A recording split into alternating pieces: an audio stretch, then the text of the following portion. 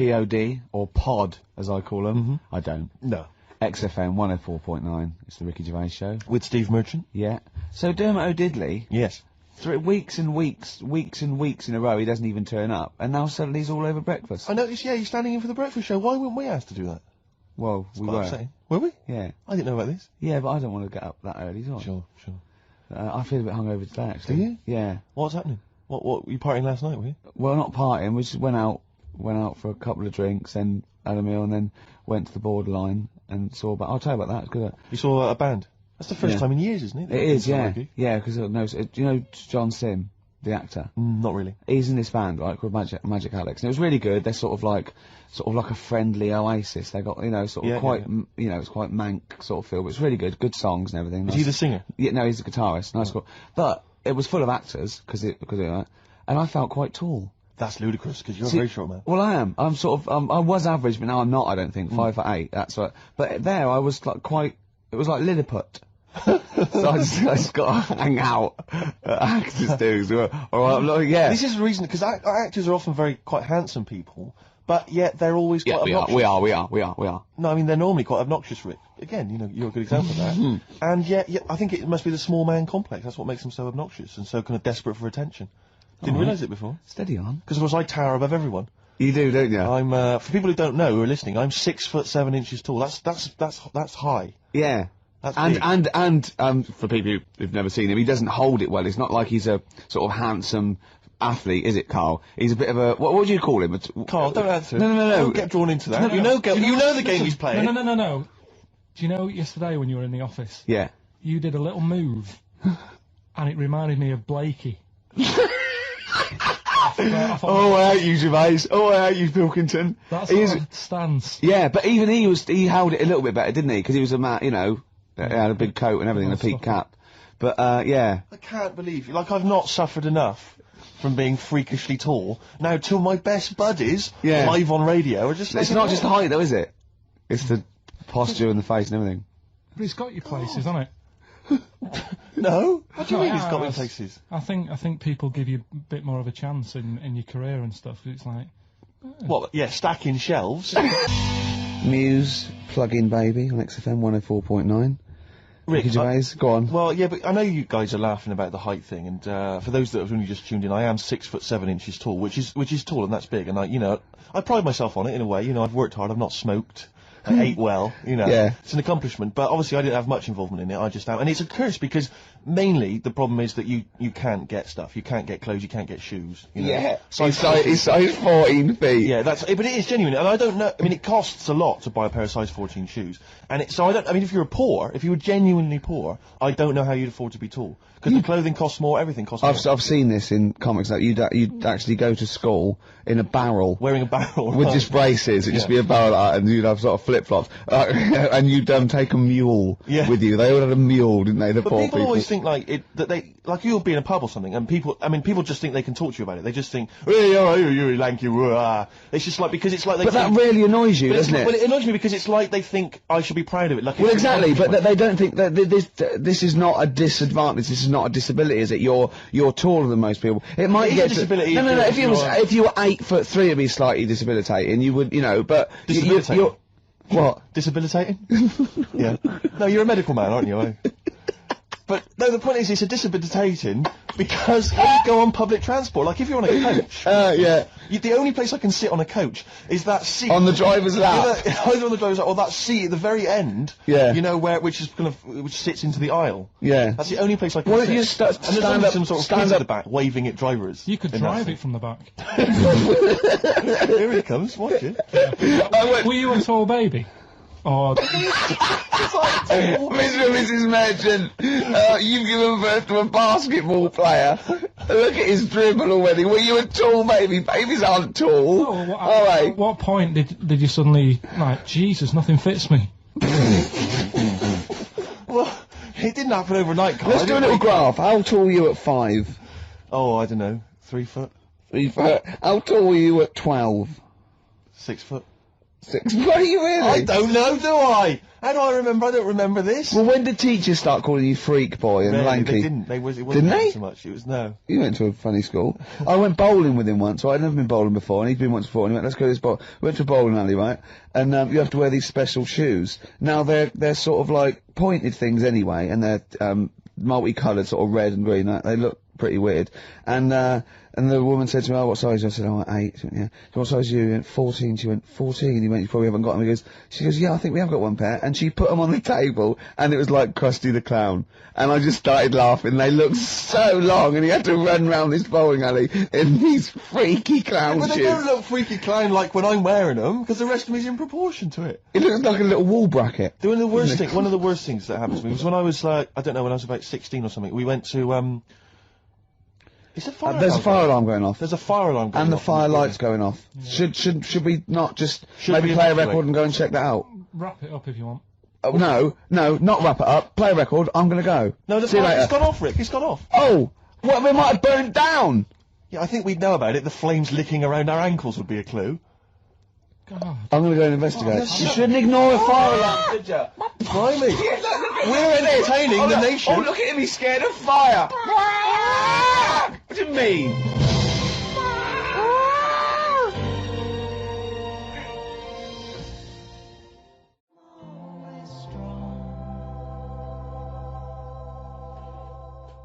Mercury Rev.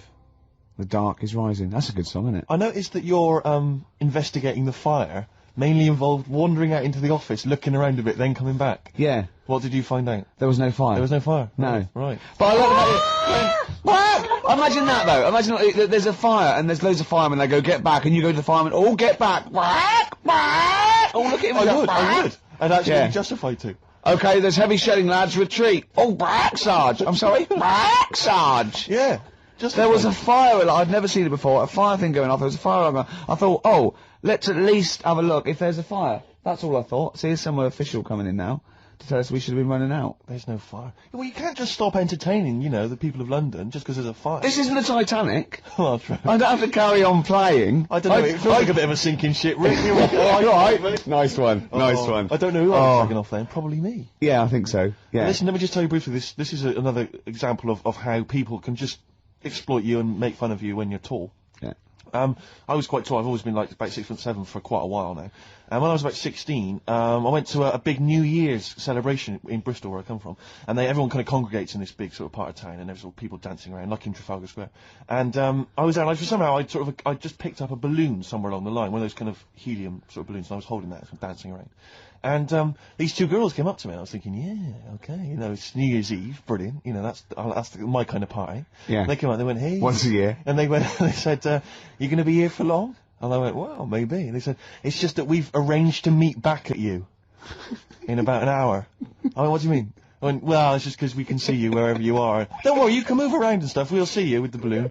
Just arranged to meet some friends." I here." love that. A landmark. So, like, Pilots use that. Oh, we're just coming in. There's where we go. When we see Steve Merchant, we will be descending to Bristol Temple Mead. What's really funny is New Year's Eve, Trafalgar Square, you got a huge column, but they use Steve as like the meeting point. Steve's got a huge column. Brilliant, Rick. Well done.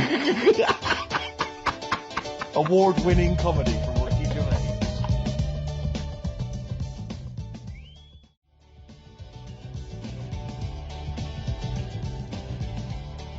Happy Monday. Took you back, didn't it? Happy Mondays there, Manxine there. Carl's like really getting down. Oh, yeah. Oh, come on. Got Come any on. Veras? Oh, come on, Mel. Sweet. Did it take you back, did it? Yeah. How old are you? 29. 29. So you were just going into, out of your teens. I'm a Virgo. No. What? No.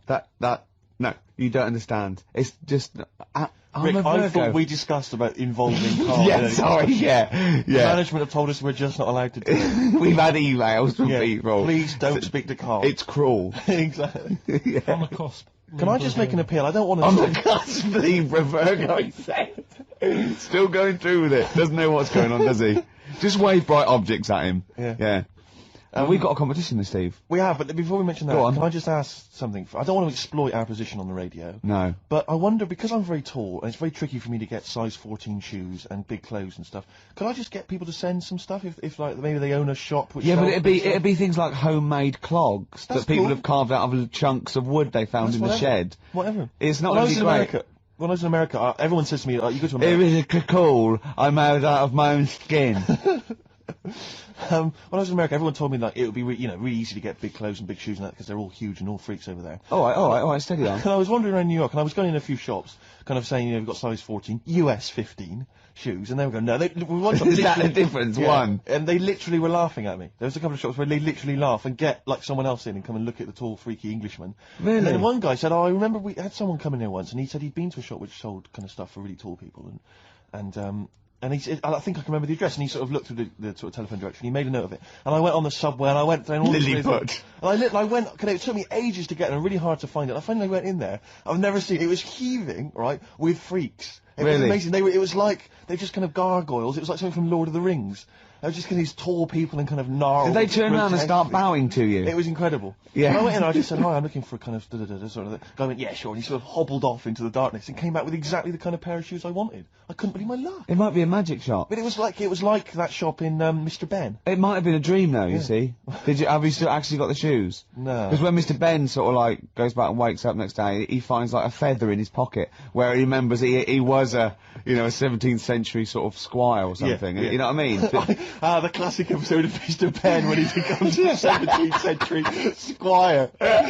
oh dear. Mr. Ben learns to play the harpsichord. But it's like when Mr. Ben, that black shopkeeper goes, right, are you going to pay for that?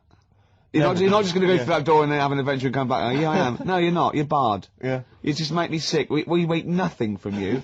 Well, I'm not in this for your amusement, Mr. Ben. Is it only Ben who's got the insider knowledge about the magical doorway, or I is there don't any other know, because customers? that fella in the fez doesn't seem to have anyone else there. No, rarely. He's always grinning though. He knows Yeah. something. I'm not sure. It's not a documentary though, is it? It's a kid's show, isn't it? I'm trying to remember. No, it's not. It's just a kid's show, so anything can happen. Yeah. That's a lot of people make that mistake when they slag off something like Scooby-Doo or Thundercats. It's not really Not reality. actually real. It's just a Oh, kid's. but Mr. Ben, they were all on drugs, weren't they? Like Magic Roundabout. My mate fancied Cheetara from I forgot Thundercats. Cheetara. Which one was Cheetara? I quite like She-Woman. She was a lovely Yeah, cat. she was a real dish. What's the sexiest cartoon? I'm glad you've asked. A lot of people say Jessica Rabbit. They do, and they'd be right to say that, because she's actually human, she's not an animal, which is good. What? Isn't she? No, she's a normal woman married to a rabbit. No, she's not. Yeah, Jessica Rabbit. Is that why she got a surname, Rabbit? But she's not actually she's a rabbit. married Roger Rabbit. But she's not actually a rabbit, she's a glamorous woman. Is she? Yeah. I've never seen it. No, yeah, this is the weird thing about it. That's weird though, isn't it? It is weird, the idea of a rabbit having sex with a beautiful woman. That is the weirdest thing about it. How does that make you feel? Annoyed, if I'm honest. Yeah. But I bought some bunny ears just after I saw the film. Oh, hip hop. You got your hip hop Oh, yeah, track? good. No. This album was rated by a lot of people last year. My sources tell me that it's being re-released and re-recorded this year. Anyway, Nerd are the outfit. They're better known as the Neptunes, who are kind of sort of hip-hop R&B producers. Yeah. I think this track may have featured on a giveaway CD. It did. On the Enemy. It did. Anyway, it's Dynamite. It's from the album In Search Of by Nerd, and it's Bobby James. Play it. Nerd from the album In Search Of, and that's Bobby James. Brilliant. It's great. Isn't It's really big. It reminds me a little bit of Warren G. That chorus. Sure, yeah. And apparently the album, it was on kind of limited release, so it's quite tricky to get hold of. But as I say, I think they're re-releasing it. Well, you should tape off the radio because we're doing lots of features. Yeah, no, I'll maybe play that again in the future. Just tape it off. I'll tell you what, I'll play the whole album over the course of the next couple of weeks. Yeah, and we're just I mean, we're going to have us talking. We just go now, and you we can press can't play and actually record. say we can't advocate you tape it off the radio because that's breaking. No, or maybe I'll just do some bootlegs of the catalog and just sell them if you want, Camden if you want to Market get, for £4. Exactly, fine. Yeah, something like that. Yeah, I mean, we won't. I mean, we shouldn't really say that, but Warren G is Dr. Dre's cousin, is he, or something? Is Warren that G, right? I think is his cousin. Yeah. But I know he's got a famous brother as well, and I think it's something like Nate Dogg. It could well be Nate Dogg. We could maybe someone would know that and could email or phone in. Yeah, or email maybe kind of. This is the best thing about being on the radio. I can think of something. There was a competition on Virgin, right? I was listening Virgin. I think 105. No, what is it? I can't remember. Yeah. Good station. Good station. And they had a competition, right? And it was to win a trip to America on the Enterprise. It was all about space. And there was one question, answer 3 right, and it was who was the first one into space? Yuri Gagarin. It was and then the third question was how much bigger than the moon is the sun? Is it twice as big or 4 times as big? And this one went 4 times as big. Went correct. It's not. It's hundreds of times bigger. A lot more bigger. I can't believe. Can someone look that up on the internet? And how many times bigger is the sun than the moon? It's not 4 times. It's huge. It's like beach ball to a pea type dimensions. Which DJ was it? Do you remember on Virgin? I can't remember, but it was the one on sort of about 11 o'clock. I Wouldn't want to be in there. Yeah, he's embarrassed himself, hasn't he? When we do quizzes, we never get anything wrong. That's true enough. During that track, I'm chilling out, I'm loving it, aren't I? Carl goes, do you know how baguettes came about? Do you know how baguettes come about? I went, go on, and Steve went, no, save it. Wait a minute though, I'm thinking, Rick, people are going to be desperate to know the answer to that. Why don't we play some ads and some music and stuff? It's like a cliffhanger. Exactly. How did baguettes come about? Whatever he says is going to be good, isn't Stay it? tuned to XFM to find out.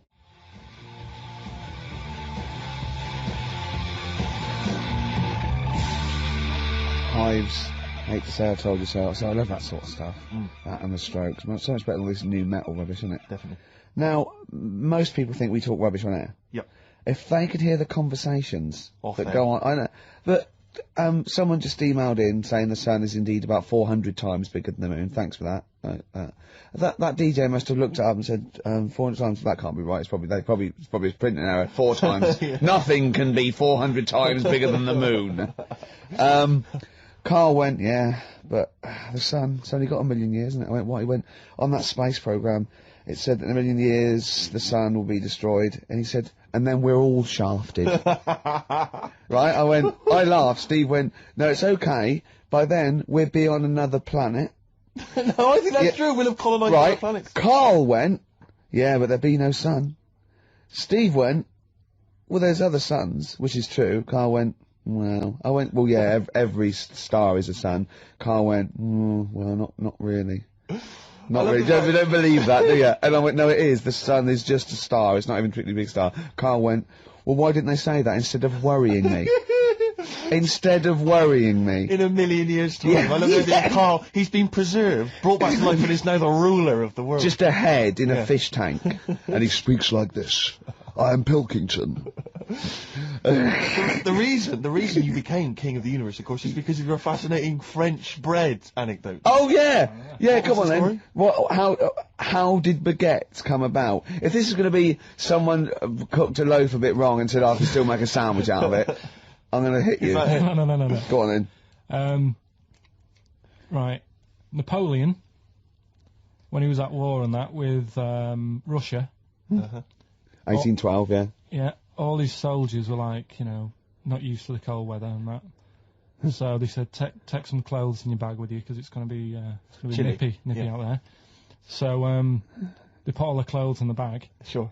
Do what they were told. Oh, It's Napoleon, for Christ's sake. No room for any food. No room for You're joking. So Couldn't they make some sort of like sandwich? no, it wouldn't fit because of all the clothes. You had to take extra gear. Sure. for them. So anyway, he I said, can see where know. this is going. I'll be honest. Is there a baguette-shaped gap left in their holdall? They thought, let's make some bread that you can fit down your trouser leg. What? That's not true! No, it's not, I Carl! read it in Euston train station. I was waiting to go back to Manchester. Where did you read What, these? scrawled on the wall in graffiti? Yeah. Do you know the Was it also meet me here for cock fun at 12 o'clock? The upper cross sandwich shop, Euston station. It's on the wall. What do you mean it's on the wall? Do you know how it says like sail on at Dixon's, whatever? Yeah. Next to that, there was like a bit of information. Once you've read the stuff on Dixon's, Baguette information. there was a big thing about the history of the baguette. I read it and I thought, We got to make a sandwich we can spit down our trouser leg. But how can you march and fight with a huge piece of bread down your trousers? Although it would be intimidating. You see them coming, you go, sacre bleu, look at the size of them. They're big fellas. Well, Blimey. I can't help but feel that could be a practical joke at your expense. yeah. didn't do that. Well, the Earl of Do you Sandwich... ever question anything you read? If it's printed up, is that, Yeah. like, fact for you then? Well, it's not funny. I mean, if they were trying to be funny, it's like, it's not, is it? So it's information. Have you heard us? Things sometimes want to be funny when they're not. That's exactly what happened with the sandwich. The Earl of Sandwich wanted something he could fit down his pants. And it was those triangle cut sandwiches wrapped in cling film were perfect. You might be right. You might be right. I am. Because the Cornish pasty, so they could drop it down the mines, isn't it? Is it? They wrapped it up they wrapped up like meat and vegetables in pastry, and they sort of crimped it, and it was like a little, and they dropped it down the mine. So, yeah, that's how that came about. And bagels were originally made so that people could play hoopla, but then eat afterwards. I don't know if you're aware of that. That is true, Carl. Well, anyway. Call my bluff. Is one of them true? Yeah. They're all true. They're all true. Yeah. Tell your kids that when you have them. Yeah. You know, if they're still alive in a million years. Well, it might be true. Can someone confirm that baguette fact that it was so Napoleon could stick it down Not him. his trousers? Not him, his men. soldiers. His men. Yeah. Fascinating information. Fascinating bread information, Carl. Radiohead. Yeah, now this is my song for the lovers. It's a beautiful track. It's Let Down off OK Computer. It's one of my favourite Radiohead tracks. It's lovely. Right, set the tape going now if you want to tape these songs.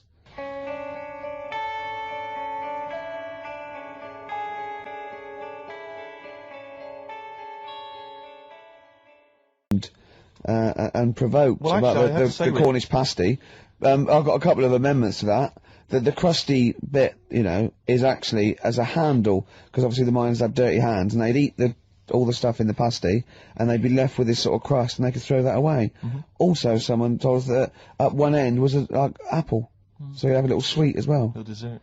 So there you go. You noticed how, like, over the years we've been doing this, you know, way back when we started XFM, no one ever contributes when we ask about the music, when we ask about hip-hop, or their, you know, opinions on that, anything important. But start talking about pasties. Yeah. We've had about 5 phone calls. Yeah, and someone phoned up to confirm. They used to work for Upper Crust, and basically Carl got all excited. So it is true. She went, well, I don't know if it's true. I've read the same sign you did, Carl.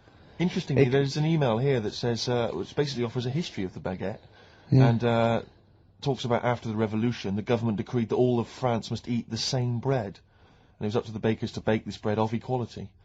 And then Napoleon kind of made sure it was a particular. He kind of set in. Obviously on the bread you can eat anything you find in the garden: frogs, snails, bits of horse, But squid. the interesting thing is, Rick, that there's no mention of sticking it down your trousers whilst going to war. The French have tried to keep that secret for over 100 It years, was only Steve. the upper crust people. Nearly 200 years, that is a top secret. Somehow Euston Station Upper Crust got hold of a document, left behind in an old sea chest, possibly Napoleon's, could have been Josephine's. Unfortunately, jotted it down. He's kicking himself now. Oh, exactly, I cannot believe I left a note.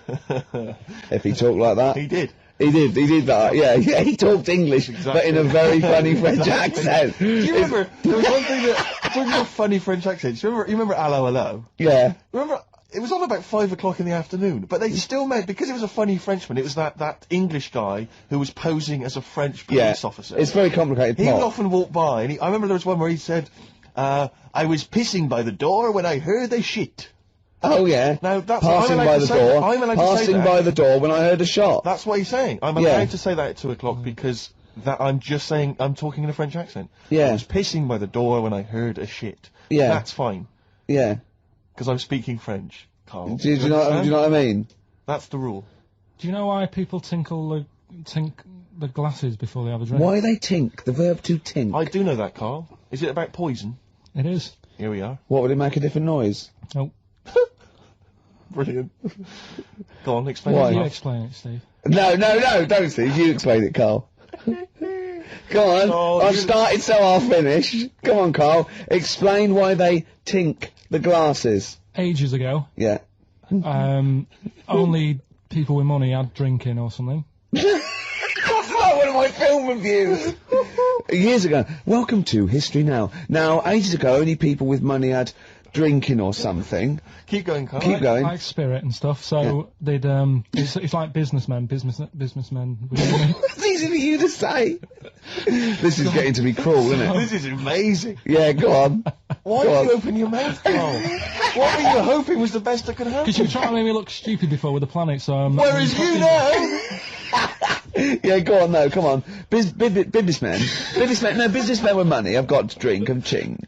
Okay, so then, with all the drink... So they'd nip round to have a chat about whatever they're earning money with, and they'd say, right, do you want a drink then? And they'd go, oh yeah, that'd be alright. So, rather than just pouring it out of a bottle into a glass and saying, there you go, it could be going, hang on a minute, it could be poisoning me ear and trying to, like, nick my business idea. Yeah. So what they do, it sort of pour a bit of his drink into the other person's glass, and you get that tink noise, and that's like cheers, you know. No, Carl, I just have a slight amendment there. I think what it was you're actually right that they would then test each other's drinks to show that it wasn't poison. But over the years, that was reduced to just chinking the glasses by way of saying, let's not actually bother going through the whole rigmarole. They just did the chinking of the glasses. Yeah, as a well, kind of symbolic way of saying it. yeah, that's good. Whew. It was exhausting though, wasn't it? I know. Was it worth it, do you think? Well, I like that, because people carry that with them now. When they do that, they'll think, oh, that bloke's definitely not trying to poison me. Yeah. So the horrible thing is that now, when I do the glasses, I can laugh and go, they don't know I've poisoned them. Exactly. You should always do the pouring back and forth. It's a shortcut, it's a slippery slope. You know, just be careful.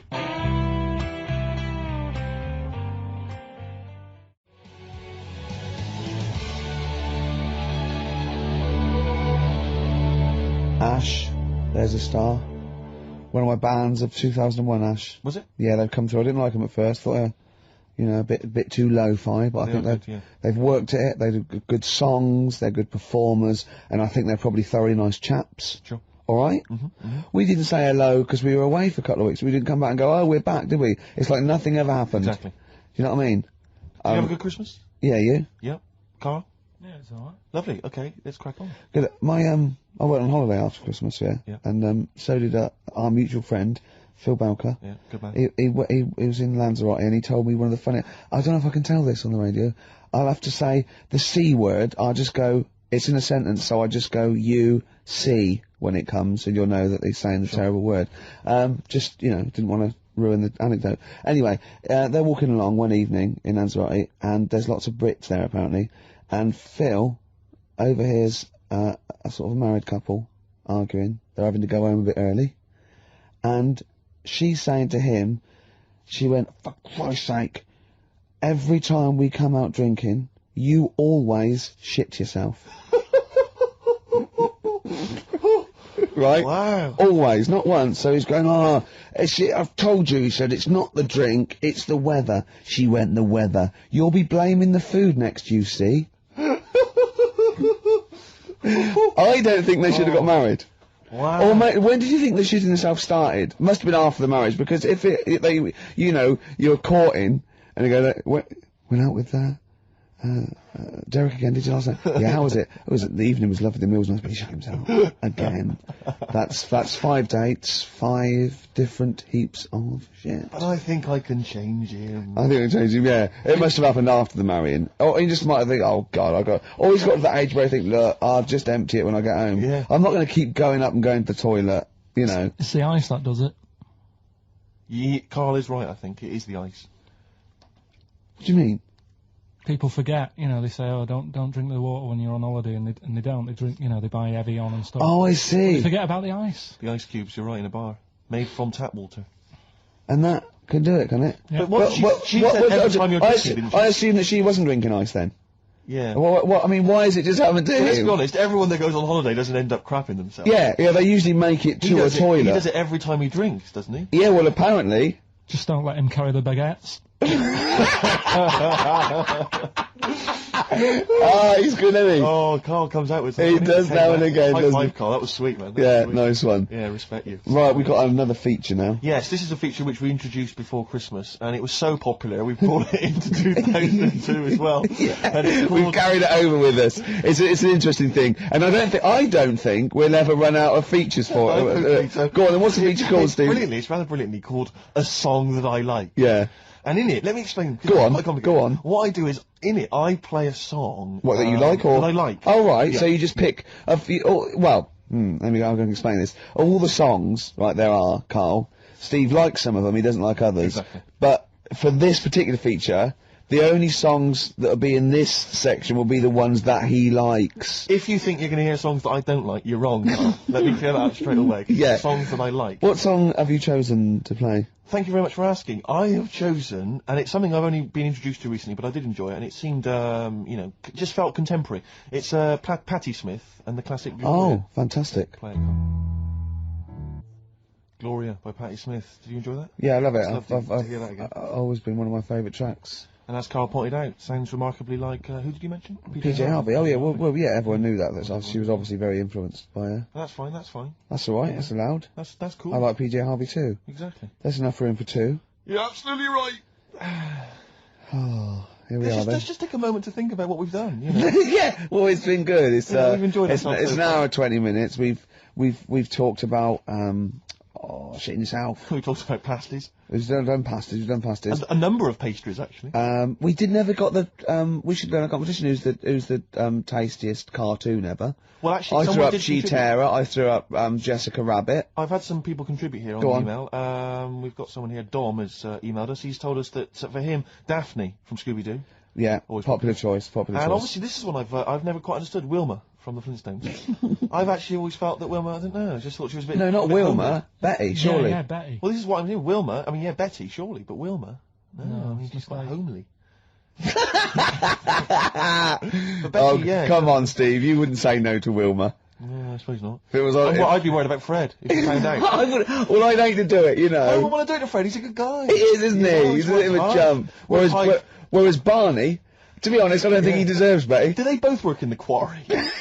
Because, I mean, let's be honest, Fred, not a smart man. I mean, he also didn't come out of rock school with anything other than a couple of basic O levels. I know, but he's a hard-working, sound sort of But they guy. got a big house. They got like a TV. They got that bird thing. Yeah. They I mean, got- be honest, if I was Fred, I would be a little bit disappointed that my kid does nothing, whereas Barney's can lift up sort of tall buildings. Bam, bam. He's a Yeah, very strong, you know. I mean, interestingly, Fred loves his job. He's always yabba dabba doing at the end of the day. He does And he spent yabba the whole dabba. day lifting rocks from one place to I'll another. tell you what, I wouldn't take that from that cat, though.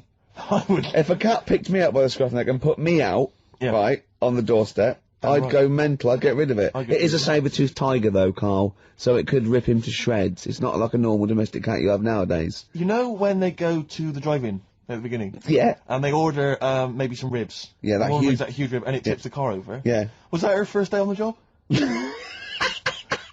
Because Yeah, I've got- never been ordered before. Yeah, or I was you'd that- have thought or- she'd have realised. Or, yeah, we're out of pig. We've got brontosaurus rib. Exactly. He goes, won't that knock the car over? No, it won't. I don't know. Rick, can I tell you now, that was an accident waiting to happen. It was really, wasn't it? Yeah. And it did. Oh, dear. Mind you, I went to Texas once, and I had some ribs, and it was like the Flintstones. It was huge. And not only did it look too much like an animal that I couldn't actually eat it, I don't know who could eat it. I mean, seriously, it was 2 foot long. Yeah. And all the rib, it was like half a rib cage. And I It is just, incredible. My friends lived in Texas for a while, and they once were in a kind of diner, and there was you know those kind of benches that are attached to the table yeah. itself, like a kind of picnic bench. yeah. And this huge fat guy came in, he came wobbling, he ordered like this kind of everything you can eat meal, and his fat kind of sort of, you know, kind of His big wrapped fatty itself- fatness fatted on the fat table, yeah. It wrapped itself around the table and everything. Oh, He was God. chowing down, and when he tried to leave, the table came up with him. Oh, no. Imagine that! I mean, they are fat, aren't they? They're big people. They're huge people. But it was that thing we were talking about before, that bloke on Jerry Springer's show who was like 80 stone, right? Now, I felt quite sorry for him. He was really sad and he was crying. It is rad, but my point is this, right? When he got to say 50 stones, Sure. didn't he go, that's too much, isn't Probably it, enough. for a land animal? Exactly. Do you know what I mean? Yeah. That's big, isn't it? I mean, I'm getting worried. I'm 13 stone, and I'm genuinely getting worried. I'm thinking, oh, Yeah, God. when you've got that big, when you've actually got your own mare, yeah. When you It's time. have to get in helpers to look what the scale says. Yeah. Like 4 or 5 people lift up your belly and go, it's 52 stone. You go, that's too much. Exactly. That's too. I'm going to only have 9 breakfasts when you actually, today. when you begin to appear on the Ordnance Survey map, yeah, exactly. Yeah. When you've you got can your see- own symbol. It's like we can see 2 things from space now: Fatty and Steve Merchant. We'll be landing All right, at about. calm down. Well, no, I'm just Having saying a at go, all. You're no? not fat, aren't you? You're freakish and big. Just another Go quick on. thought. Someone's mentioned Daphne from Scooby-Doo, and Yeah. but I've always had a soft spot for Velma. Velma. Because Velma's Oh the one with no. glasses. I mean, I'd have had She's my- clever. Can I tell you what would have happened if I was in that environment? I was maybe on the... Your glasses would have got tangled No, up. I'd have always had I'd always been making a play for Daphne, right? And Velma would have fancied me, but I'd Yeah. have always ignored it because I was playing for Daphne. And then when I finally realised it was never going to happen with Daphne, I'd have blown it with Velma. That's Maybe the not story of my though. life. Maybe not. Sometimes those, they might, appreciate honesty. And go, listen, I've been hitting on the good-looking one. Oi, Four Eyes. Yeah, Do you fancy it, Chubbs? exactly. Something like Let's that. be honest, is what you're saying. Well, yeah. I'm wondering, I don't mean to be libelous, but Velma, She was quite short, the glasses, the short hair. Lesbian? Hung around with the dog and Lesbian? the bloke. I'm beginning to wonder if she was... Maybe. See, unfortunately, I said lesbian there, and you still carried on with your assessment of what it is to be a lesbian. It's bad enough doing the cliches of having short hair, but you said the dog. Yeah, well, she hangs around with a dog. Do lesbians do that? Well, have you seen some lesbians? They're right dogs. Good night. Have you seen what I've done there? You know what I've done there, Rick? Comedy award winning. Oh, God.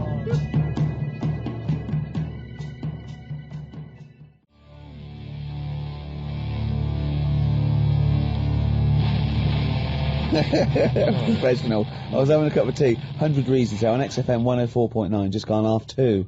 Ricky Gervais. Yeah, with Steve Merchant. Hi. Alright.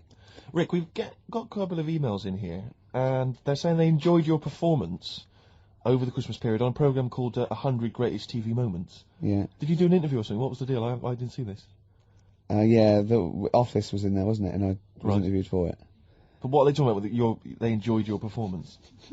Come on, tell me You what know, do you? No, it's the thing that I did on Razzmatazz. Oh, is this where they found a clip or Yeah, something? yeah. No, alright, I was in a band and we had one single out or something, and I did one TV appearance when I was about, oh God, and they showed a bit of it, about 7 seconds, me on Razzmatazz. Oh, God. Razzmatazz, for those that don't remember, was like a kind of, I suppose, what was it, like a kind of CD UK of its time? Yeah, exactly, yeah. And, oh God.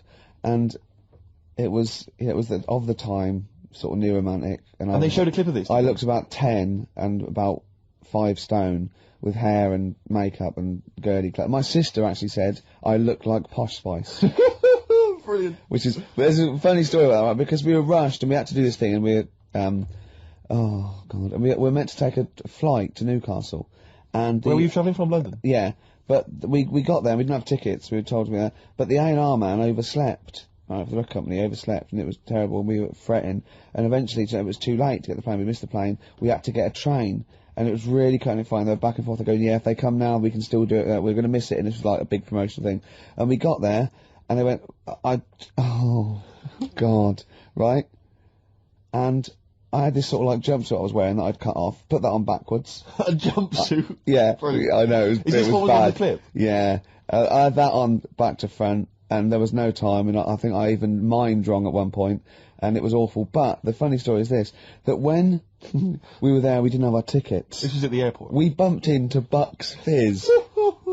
the guys and girls from Bucks Fizz and their manager, so there's like 5 of them, right, and there's 2 of us, and they had 5 tickets. And Bucks Fizz tried to smuggle us through. And so they went through the things, right, and they went, tickets please, and he just waved 5 tickets that he had, like that, goes, this is us, right, and they went, well, can I have a look at them? And they went, there's only 5 here, and they just looked at us and went, sorry lads, we tried. We were nearly smuggled through. By Bobby. Carol. They couldn't even with their powers, they were at the height of their powers. That was like make-believe time. They'd already done making your mind up. I thought if anyone can get us through customs check, it was the Fizz. But even the Fizz what I like could though, not that get us reassures me, I have to say, about kind of airplane travel. You know, in these kind of troubled times, it's nice to know that even someone like Bucks Fizz couldn't get, smuggle someone through. That's good, because even, the top security man went, hold on, there's 5 in the Fizz, there's 5 tickets, those 2 lads are not going through. Exactly. Yeah, that makes you more secure about air travel now. Well, it's lovely if I'm in America, and I see 5-star, trying to get through customs. With 2 other lads. Exactly. I think, wait a minute, what's going on there? Yeah. Wait a minute, security guy stopped him, it's fine. It's fine, yeah. There's only 5 in 5-star. Oh. It's lovely to know that. Yeah. I love the fact, and did you know the Fizz previous? Was this your first run-in with the Fizz? No, they were doing the Taz, same as us, they were doing the old Raz. Same as us. Did you recognise the Fizz and go, oh my God, that's the Fizz, let's try and sneak in with them, or did they recognise you? How did it work?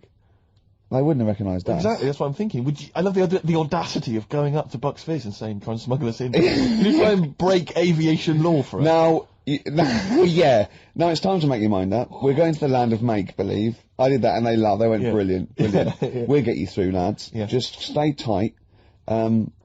I was actually on top of Bobby's shoulders in a long coat. Lovely. Yeah, but Bill... Well, seriously though, I don't understand what their plan was. Like they would have gone, through. It's the Fizz, let them through. Yeah.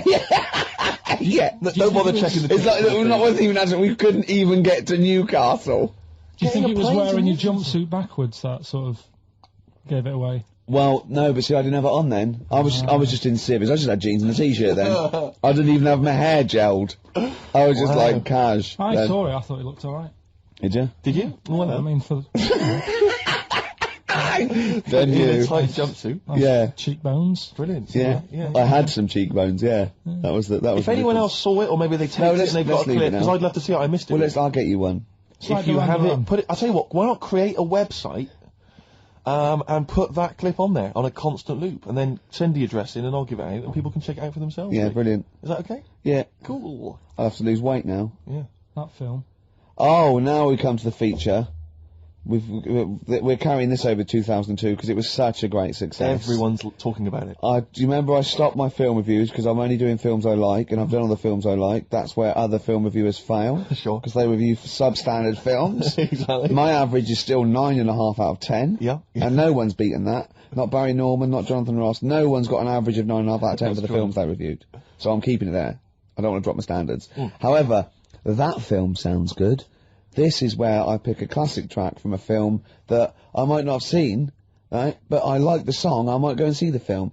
This is Almost Famous. The film was Almost Famous. I haven't seen it, right? But a song. Now, don't panic. Listen without prejudice. This is Elton John, but it's when he was good, okay?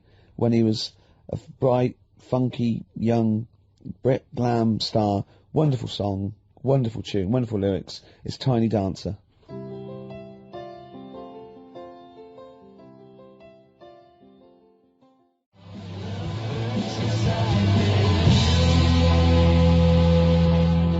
Love Burns, Black Rebel Motorcycle Club there, Steve. What's about it? That's it, isn't it? We've had some laughs, haven't we? We've learned as well. We've been educated as ever. Yeah, past ears, all that. We've got baguette information. We've had features such as That Film Sounds Good. Exactly. Song A for the song that I lovers. like. Song for the lovers. Song for the ladies. Song for the Ladies coming up very shortly. Rick, I was lucky enough this week to go to a exclusive press preview of Britney Spears' forthcoming movie, Crisscross, or Crossroads. Crossroads, I think it's called. Yeah.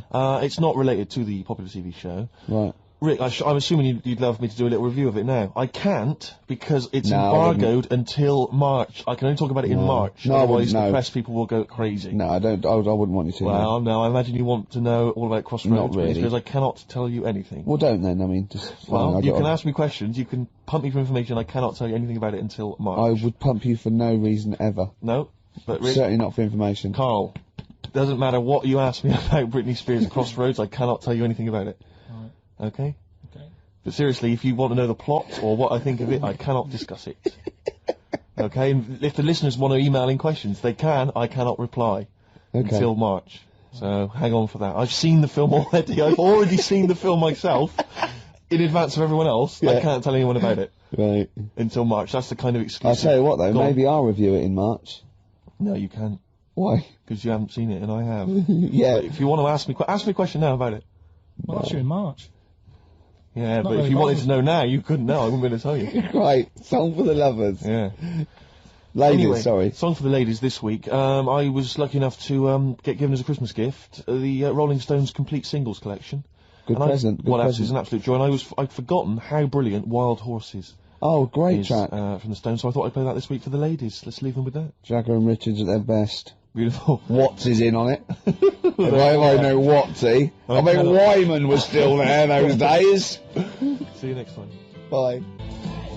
XFM 104.9, kicking off there with the Dandy Warhol Steve. Sure.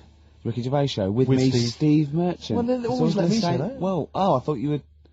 What? Well, it's 1:05, isn't it? Already an error has occurred. Yeah, It's a shame, 'cause yeah. it could have been slick. But Steve, we've got some great music. We've got some good I'm music. on a bit of a soul tip this week, Are to you be honest. really? Yeah, I was a bit Right. of a folky last week, but you know, you got stuff from like early Bowie, some Stevie Wonder, Sure. a little bit of Groove Armada. We've got the classics. We've got Coldplay, we got Blur, we got Ash. Sure, We haven't planned anything for the show. Got nothing, have you? You're just reading the list of songs, though. of songs that I Thinking might that play. will fill up some time. Oh, no. Anything interesting happened to you over the week? Nope. No, I just swore off air, and Yeah. Carl went, never swear in an on-air studio. I love it when Carl tries to sound like he's professional and understands the business. Yeah. You don't fool us, Carl. Yeah. Eh? Yeah. Oh, I wish I could buy like a car, you know, like those Garfields you can stick on a car window. Oh yeah. I reckon we should be able to get a car like that we could send out as a gift to people. That'd be lovely, wouldn't Just it? his little face pressed up against the glass, like a window licker. Yeah, like you'd have to lick his face to stick it there. Yeah, that'd be a joy. Oh, bless him. Or one of those things you throw out a window and it sort of like flaps down. They sell them for a quid. Yeah, exactly. Or those little dancing baby cars. pigeons. That's what we used to use. Or frogs from the pond. Sure, yeah. It's cruelty to animals, and I don't condone that. And it was a joke before the RSPCA phone in and say stop throwing frogs at windows. Well, people who are listening, And I don't mean the French, by the way. That sounds like xenophobic. Before someone calls in and says stop throwing French people at windows. Yeah. So I'm digging myself into a hole here, aren't I? Yeah. It's all gone horribly wrong. Quick, mention the Germans and then the Scots. Yeah. I don't mind the Germans. No, good. Carl. I wonder if people know what Carl looks like in the wide world. Is there any reason why they should? Have you ever featured on anything or? He's like Moby. He looks like Moby. He does look like Moby. Yeah, that's what he does. Does that help? Is that a compliment? Sort of a Moby who's mank. Had a bit of a tough paper round when he was younger. Yeah, that's right. A bit more knackered than Moby. Yeah, I think so. Yeah. See, I think Moby's great. He's one of those people that every opens his mouth, I sort of like, I'd love to be mates with him. He talks sense. He's interesting. He's lovely. I don't like his records. There's nothing I can do about that. If I ever become top mates with him, and after about a few years of us like driving around and having a party, I'll go, Moby, I've never liked anything you've ever done. Is that what you do with your mates? Just drive round? What are you, 16? Never. I've never done that. Go to a car park and just do handbrakes. Never. I haven't done that since I was like 17 when like it was great to someone had a car. You couldn't believe that you were just moving. I remember once, right, my mate, Bob, had a car and there was me and another friend in it, and we were young, about sort of 18, and he did a U-turn when he shouldn't, and this motorbike hit him and came off, and the music, it was just going to turn the music down. It was really, really bad, right? And he was there and he was really worried, and the motorbike bloke was dazed, and he went, "You okay? I'm really sorry." And the bloke said, "Yeah." And I put my head out the window and went, "Sorry about that, mate. That's the third one today." And this motorbike just looked at him and he went, "No, don't do that, Gervais. Why'd you do that? Why'd you say that? I just thought it would be funny." I didn't really understand the severity of this. Have I told on the radio before about that time when I just passed my test and I was driving my parents' Volvo estate and we went off driving down some country lanes? Have I mentioned Is this the one with the? Yeah. I've told you, have I? Yeah. Have I told you, Carl? No, go on. Well, but maybe I'll tell you a bit later on. Let's play a record. I'll tell you that. There's a great anecdote about a Volvo estate coming up. Exactly. That's the kind of stuff you're getting on XFM this Saturday afternoon. Do you want some Coldplay or what? Oh, I'd love to. Bones sinking like stones, all that we fall. Everybody here's got somebody to lean on. Coldplay. Don't panic. That's the title of the song as well as what I was saying. In fact, I was just saying the title of the song, if I'm being honest, making it sound like it was Conversation, XFM 104.9. It's the Ricky Gervais Show with Steve Merchant. Thanks. You were going to tell us a little story about just a Volvo past my estate. test. Yeah. My parents had a big Volvo estate, and it's quite a big car to drive. My parents didn't have a car. But I know you don't drive cars, Rick, but it's quite a big car to drive if you just passed your test. It's safe though, isn't it? It is very safe. That was the thing. Yeah. And I come from the West Country. Obviously, there's quite a lot of windy lanes around there. You're joking, do you? They have cars there. Well, here he comes. Blimey, Carl. Learnt on a tractor, automatic it was. Do you want me to tell it or not? Oh! Don't move up the accent! Oh no, I'm not worried. Oh, go on. Go on. So I went to this party. You have a go at him being from the north. Not when he's telling an anecdote. He's never told an anecdote. Oh yeah, fair point. Yeah, go on. So I went to a party, and I was quite excited because I had the car, I had the motor, and there was a chick heading down to the party that I was like, I had my eye on. And I thought, now I've got a car, and going to the party, it's going to be amazing, right? And various friends had said, like, can we get a lift? I thought, yeah, groovy. Yeah, I'll pick up the chick as well, who was a friend of a friend. Yeah. So cruising down to the party in the motor, the Volvo estate, and there's nothing sexier than that. Slipping a little bit of Billy Joel on the stereo or whatever. Something classy. Go changing. Exactly. And maybe it was Billy Ocean. Oh, maybe it was quite a Billy. Maybe it was Get Out of My Dreams, Get Into My Car. Ideally. Yeah. So I get to the party, and inevitably it was one of those house parties where the chick that I had my eye on, she kind of was chatting to other guys, and she wasn't really paying attention to me, and I was sort of Trying out to get, was she again? Same old story. Oh, they make me They know laugh. how to tease, don't they, the ladies? Who are they kidding? So I'd follow her like a dog, you know, from room to room. Yeah. And watch Quite her while, literally, sometimes he was barking. Yeah. Just trying to- Go on. and while, you know, just watch her while she talked to other blokes. And then, obviously I wasn't, because I was driving, I wasn't drinking, so I was not really enjoying myself. And then somebody said, should we go and pick up Vera? And I thought, right, okay. And they went, Steve's got a car, let's all leap in there, we'll go pick up Vera. And this girl was like up for it as well, so I thought, brilliant, you know, I'll be back in the car with her, you know, away from all these lads. Yeah. One guy she had her eye on, he came as well, I was a little bit annoyed. Yeah. But anyway, he was in the car, so I'm driving down these country lanes, just driving along, and they're directing me, they're saying, go left here, go right. And then suddenly, we stop, and he goes, one of them goes, just drive into that field, this pitch black field, right? And I'm sort of, well, it is my parents' car. Just drive in the field, Steve. I'm thinking, well, I don't want to, like, not seem like I'm a hard, cool, crazy kind of guy, because the chick's in the car. So I drove the car into the field, they all leapt out, started running off into the darkness, shouting, Vera, Vera, Vera, where are you? So I'm just sort of sat there in the car, waiting. Wasn't Vera Lynn, was it? Because she likes to hide in fields. Bizarrely, it wasn't. Right. It was just, I was just left in the car on my own with Billy Ocean, and suddenly, out of the darkness, they come back holding a Vietnamese pot-bellied pig that they had stole from a nearby farm, and they knew that the pig was called Vera because someone knew the farmer or something. Anyway, so they got this pig, so now they're going, "I'll put the pig in the back of the car. We'll take it back to the party. It'll be hilarious." I'm thinking, well, you know, I'm not sure I want a pig and all its, you know, piggy crap in the car, right, crammed in there. But they say, yeah. So obviously, I'm thinking again, I don't want to look like I'm, you know, a nerd. You know, I'm terrified of that, Rick, ever happens. Yeah. So, yeah. So So you go, hey, bring the pig into the car. Exactly, I'm no exactly, nerd. exactly. Yeah, go on. So now we drive off again. I got this pig kind of squeaking in the back of the car, and they say, "Stop again, stop again. Let's do some cow tipping." And they do that old thing, you know, about the fact because cows sleep standing up, don't they? So you can push a cow over and stuff. Yeah.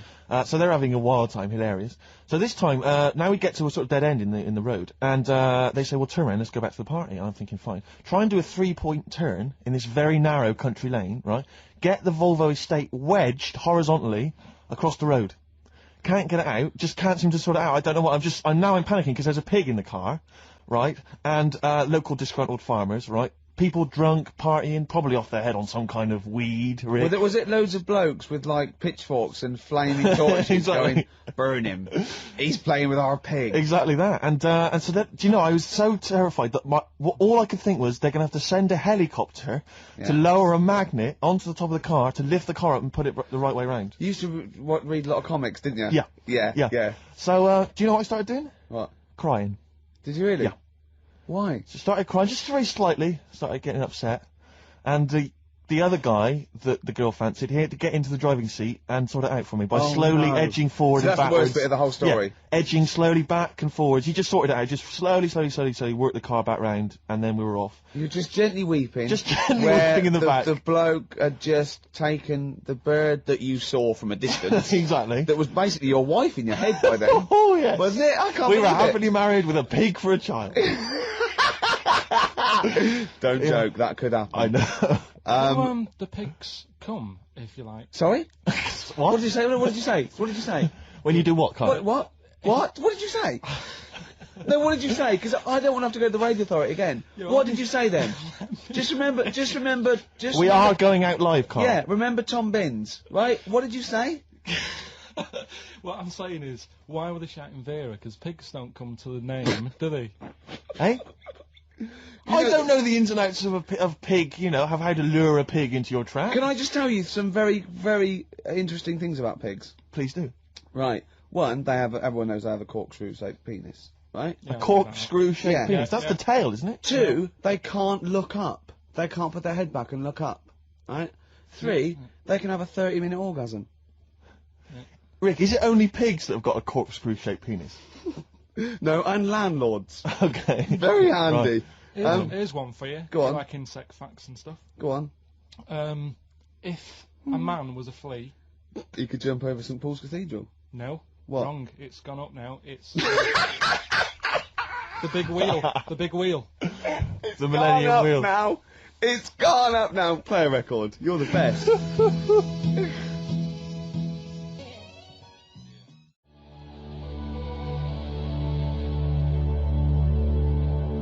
Ash, there's a star on XFM 104.9. Now, Steve. Yes. Carl text messaged me in the week, very excited, because he just watched a programme that proved me and you were stupid. Remember we we sort of champion the anti-supernatural. Yes. Sceptical view. We're just absolutely sceptical about things like that. We're atheists. We don't believe in ghosts, anything like that. Anything supernatural. We're followers of James Randi, a genius of our times. But Karl saw something that proved us wrong. I'd like Karl to tell you what this proof was, what he saw it on, and look at him. Go on then. It was on Wednesday night. Yeah. I was watching. You see, the problem is I didn't get the full story, so you could pick holes out of it. Sure. Unlike your usual investigations into the supernatural. Which are It was thorough. called, can I just say what the programme was called? Mr. Exorcist. Oh, brilliant. So Sounds like an academic work to me. the bit that I caught, I just flicked it over, sort of seeing what's on the telly, and I thought, oh, Exorcist, I've seen it, but there's nothing else, and I watch it, and then I realised it wasn't the same thing. Yeah. I thought, oh, I'll have a bit of this. And there was an old woman and a daughter, and as far as I was aware, the bit I picked up on, they were saying, oh, you know, it's dreadful, and unless you've been through it, you know, you've had ghosts in your house and that, you really don't know what it's like. Yeah, sure. And the main thing that seemed to be getting them down was the fact that the budgie was getting stressed. The budgie was getting stressed. Because animals can sense the other side, Oh, can't okay. Can they? they? Yeah. Okay. So, And how was that manifesting itself? You don't know. What was the budgie doing? I think it just wasn't happy. Right. Did it explain that to people, or No, how you did know, it express that? budgies are known for being chirpy, aren't they? I see, and it And wasn't chirping. It normally swings on its little perch and that. And Just depressed because it was Right. possessed. It was just sat around in its pyjamas. so No, come on, So, Steve. yeah, Come sorry. on, Steve. You're making this a mockery. So the budgie was depressed because he could sense the ghost. yeah, and Yeah. then Yeah, yeah, this guy, this Mr. Exorcist, came round. Was that his name? Yeah, Okay. Was he a priest or something? yeah, he might have been. Yeah. Yeah. Like I picked Did up he at the end. have like a black coat with a little white collar? That's usually the. He had his coat on, so you couldn't tell. No, sure. Okay. But so he came round and he sort of did his thing, Yeah. and then And was the he trying? next shot, Was he trying to exorcise the budgie? No, no, the ghost. house. Right. The So house, it yeah. wasn't that the budgie had a He was demon or clearing the anything. house No. out. Okay. No, this So- wasn't a possession, was it? This was a straightforward. It wasn't a poltergeist or anything. It was just a. Well, a haunted house. Yeah. Yeah, but Sure. that's the thing he was saying. He was saying you can have like your ghouls and that aren't that bad, that aren't going to cause you any Yeah. problems. Yeah, But yeah, obviously the budgie, they've got weak hearts and that, haven't they? and Sure. I So don't so know. he go on. So how, so anyway, basically he sorted it out, did whatever he did, and the next shot you see is like the budgie making a noise and swinging It's the happy lights again. over the moon again, and the old woman was like happy because she was. she couldn't believe it. stressed. Yeah. And that's The priest didn't come in and go, well, you should feed that bird. Give it a bit of millet. It was happy. It goes, right. no, See you it's- later. No. It was a. So Because budgies are. My mum's got a budgie, and they're fairly happy all the time, aren't they? So it's got to be something very odd. You never see a budgie sitting down going, I feel like topping myself, to be honest. Yeah. Do you know what I mean? Though? No. Do you know no. you can have like a moody dog? You can see a dog when it's unhappy if it's walking Yeah. down the street. You can have a moody canary, can't you? And what they do is they often tell the police what you've been doing. They're known for that. Mm. Yeah. So basically, So that for you is proof that the supernatural exists. A bird in a cage got a little bit annoyed, wasn't chirping as much as it normally did. Who knows why? There could have been a little draft up its, and Cloaca. exactly. That's Anyway, a medical term. Anyway, a man came in and did whatever he did. Yeah. Use your phrase. Mr. Exorcist, though, Steve. Yeah. This wasn't any bloke off the street. This was Mr. Exorcist. Yeah. Yeah. So. And for you, that's the proof that there's. just because like if it was a person, you go, oh, they're playing up for the camera. Yeah, you know, a budgie could possibly act like that, Steve. Yeah, I see what you mean. You're saying a budgie would not be it wouldn't be trying to become famous. or No, just want to get not on the like telly. not like Lassie. No, sure. It was sure. basically a show off. Yeah, or So- champion the Wonder Horse. Yeah. What do you think? I think I've changed my tune, Rick. I don't know about you. I have, and I think we should play a record. I'd love to get Mr. Exorcist in. Wouldn't that be amazing? Never dabble with things you don't understand, Sorry. like women. See what I did there? Oh, he's turned that back on me. Blur. Boys and girls. Girls and boys, embarrassed yourself.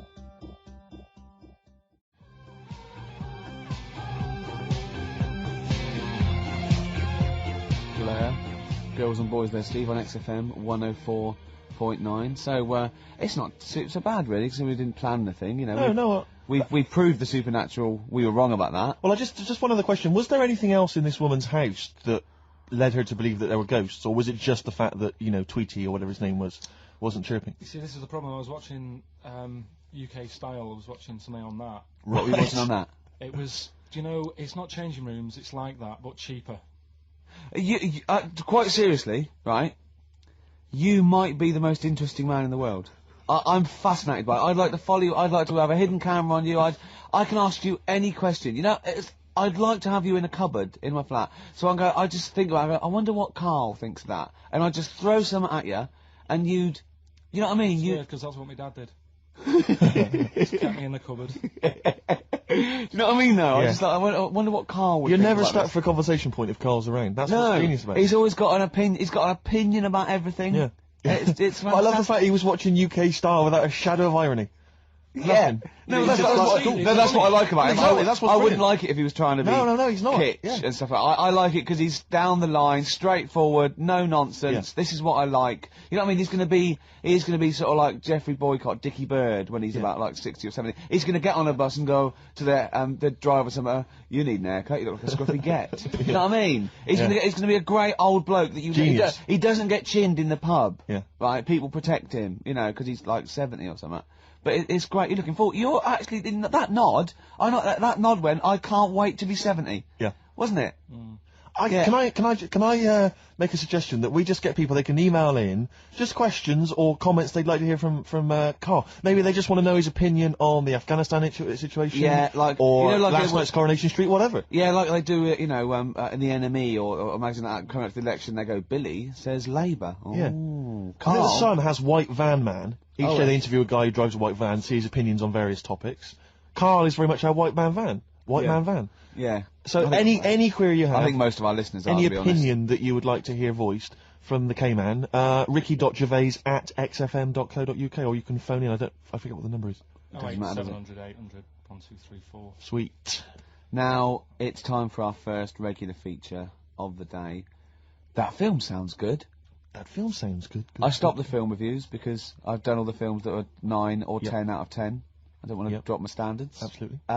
This is a feature where it's a soundtrack of a film where I like a single from it and might want to see the film, might have seen the film. Today is our first request. Right, interesting. This is for Martin, who wants to hear Live in the City by Stevie Wonder, and it's Genius. from Jungle Fever. Let's hear it. Well, I love the song It's and I an love the absolute film. classic.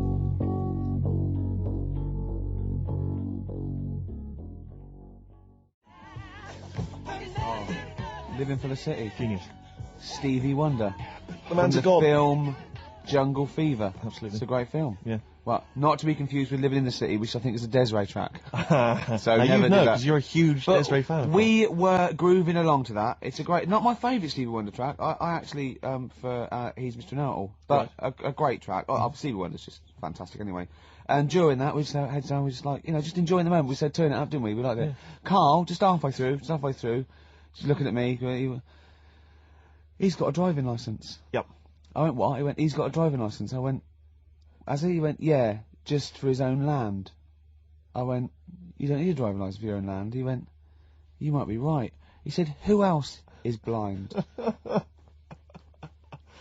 remember hearing something. It was someone famous Right. who shouldn't have a driving licence, Well, and they have. And I'm sure a lot it's of just people. I'm sure it was someone who's blind. But you're right. It's a bit of an odd one. isn't it? No, but don't forget, this hasn't just happened, this is in your head. So you can't say that and go, isn't that weird? How did that happen? It's in your head, don't forget, at the moment. There is no proof There's of no this. proof of that. You can't say something and then go, isn't that strange? You said it. Oh. Do you know what I mean? We didn't just see something happen out the window. Yeah, you see what I'm saying? What's in your head and what happened and all that? What are you thinking? I'm just thinking, who's that other fella? Ray Charles. Ray Charles. Yeah. Why would he have a driving licence? He's blind as well.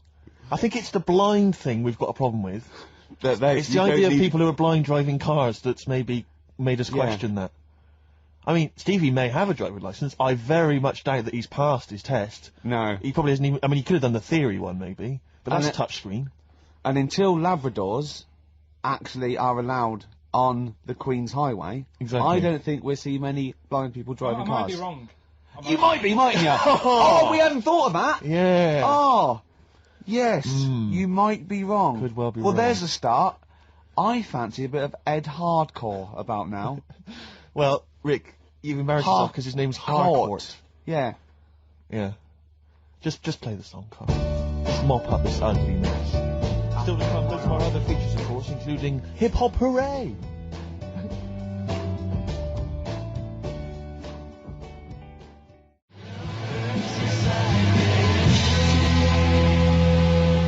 Black Rebel Motorcycle Club and Love Burns, XFM 104.9. I'm Ricky Gervais. My name's Steve Merchant. Carl, what's your name? I'll press the buttons. That's it. Carl, I press the button. Yeah. Oh, bless him. He's People got are loving the K-Man, aren't they? They are. People are saying they love him. He's just. He is. He's I think we've created a whole new Will McDonald. I like to think so. Yeah. Carl! Or Gordon the Gopher. I used to have a show in Manchester. You Did used to ya? host a show? Yeah, overnights. What kind of things was it? What kind of stuff? What sort of tip were you on? Phone-ins and stuff. Yeah. Yeah. You did a phone-in? Not a proper one.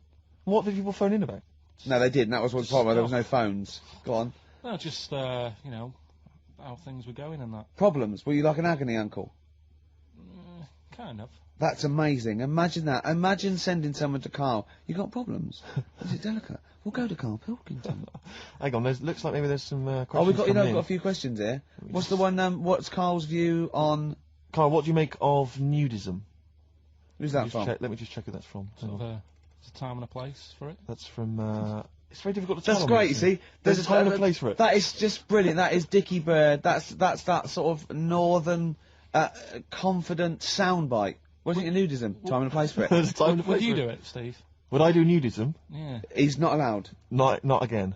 No, Yeah. It's not nice, is it, really? No, it's not with Steve. He's not allowed on any National Trust land doing it because he's caused the death of millions of starlings. That's There true. was something on BBC Choice the other night. It's a really short show. I haven't seen it before. Yeah. Like an odd It's court not. thing. It's not a bloke eating cup of soup and then another short show like maybe someone cleaning their teeth with Colgate and then a really short show. What was it? Go on. No, what it was about this old fella who he's into nudism, and he was saying he's done all right. Did he out play of it. volleyball a lot? He said he's done all right out of it because there's not many blokes who are willing to go nude for modelling and that, and he's Yeah. about 70, so it's not. Is there much cry for that? Do you think? Is there much demand for a He's doing all 70-year-old right. nudes? He's doing all right for it. Sure. Good luck. to him. And the odd thing was, you see, He had a corkscrew penis. he was just like walking around on a main road in like a In the bar. seaside town, and Right. yeah, and cars would. See, that's not nudism, is it? That's mental illness. Yeah, he's just a bit div. Yeah. Yeah. Yeah. So- I tell you, one of your favourite programmes, isn't one of your favourite ones just that one with the hot air balloon? And it's Yeah, you adventures. love that, It don't just you? goes, it's like Oh, in you love Sydney, that. sometimes then it's at a carnival. His favourite programme when he was little, he used to watch it for hours, was that little girl by a blackboard with two toys. Yeah. He used to love You that, didn't enjoyed you? that, didn't you? Right, listen. Here's something else I learned in the week, and we can use this if you want to give away the Incubus tickets. Go on. There's a Oh, I program. must have, there's some tickets to give away later. I'll tell you what it is later. Go on, Carl. Who? I don't know. We're going to save it. It's a surprise. Go on, Carl. Oh, have I ruined it? No, go on. Crack Right. on, mate, crack on. Yeah, there was a program about the body, Sure. and what is it, right? Barbie doll. Why couldn't that be real? Yes. Play a record, Carl. I do know the answer, actually, I have to say. What do you Yeah. mean, why Really? couldn't it be real? If the Barbie doll was like a real person, Right. it wouldn't work out. I don't understand the question! If you do, this is what worries me. I do understand the Don't question. say- Why do you understand it? Because Why it's one of those facts which I've heard in the past, but so therefore, because I know the answer, the question makes sense. But unless you know the answer, the question makes no sense. Well, of course it doesn't. That's what's brilliant. Is it worth using for the tickets? Do you think? Is it that good? It's not a real question, Carl. I don't It think is. it can count really. It can't be a real Why? question. Well, because it's like one of those things about, a man went into a field and died. Why? You have to ask a question. You go, because his parents didn't know. But, well, I've got a million explanations. Okay, she'd be hollow. Do you know what I mean? No, he's right, actually. It is too vague. Why don't you give the answer, and then you'll understand what your question meant. What was the answer? She'd have to walk around on all fours because. No, physically, the proportions of Barbie Yeah. could Yeah. not be replicated on a real human woman, because she just couldn't have those dimensions. Yeah, we know. Yeah. But that you know what I mean? Yeah. Same goes for Fred Flintstone. Do you know what I mean? His head's half his body. It's a cartoon. Right. Don't have a go at Carl. He's the K-Man. People love him. Sorry. God, they're Have I going gone to too far? alienate yourself. I'd like some hip-hop, Steve, seriously. laying into I'd me. like some hip-hop, Steve. We'll come up with a question. We're giving away some Incubus tickets later. Look forward to that. Yeah. It's time for Hip Hop Hooray! This is from Hooray. oh, hey, Yeah. oh, hey, this is from De La Soul's 2000 album, not the current one. Art Official Intelligence, Yeah. Mosaic Thump. Yeah. a lot They've of people- changed a bit, haven't They have, and a lot of people have dismissed De La Soul, but there's still some tracks you can dig out. Not as that are good. jazzy, but this is a soul tip to this This show, is a isn't wonderful track. This is With Me. Play it, Carl.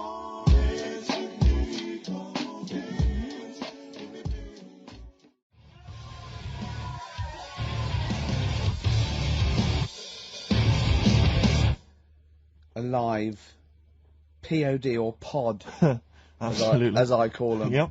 On XFM 104.9, a bit of rock. Who are you? I'm Ricky Gervais. Steve Merchant here. Yeah. Karl over there. Now listen, there's a bit of rock there. Yep. Takes us into a competition.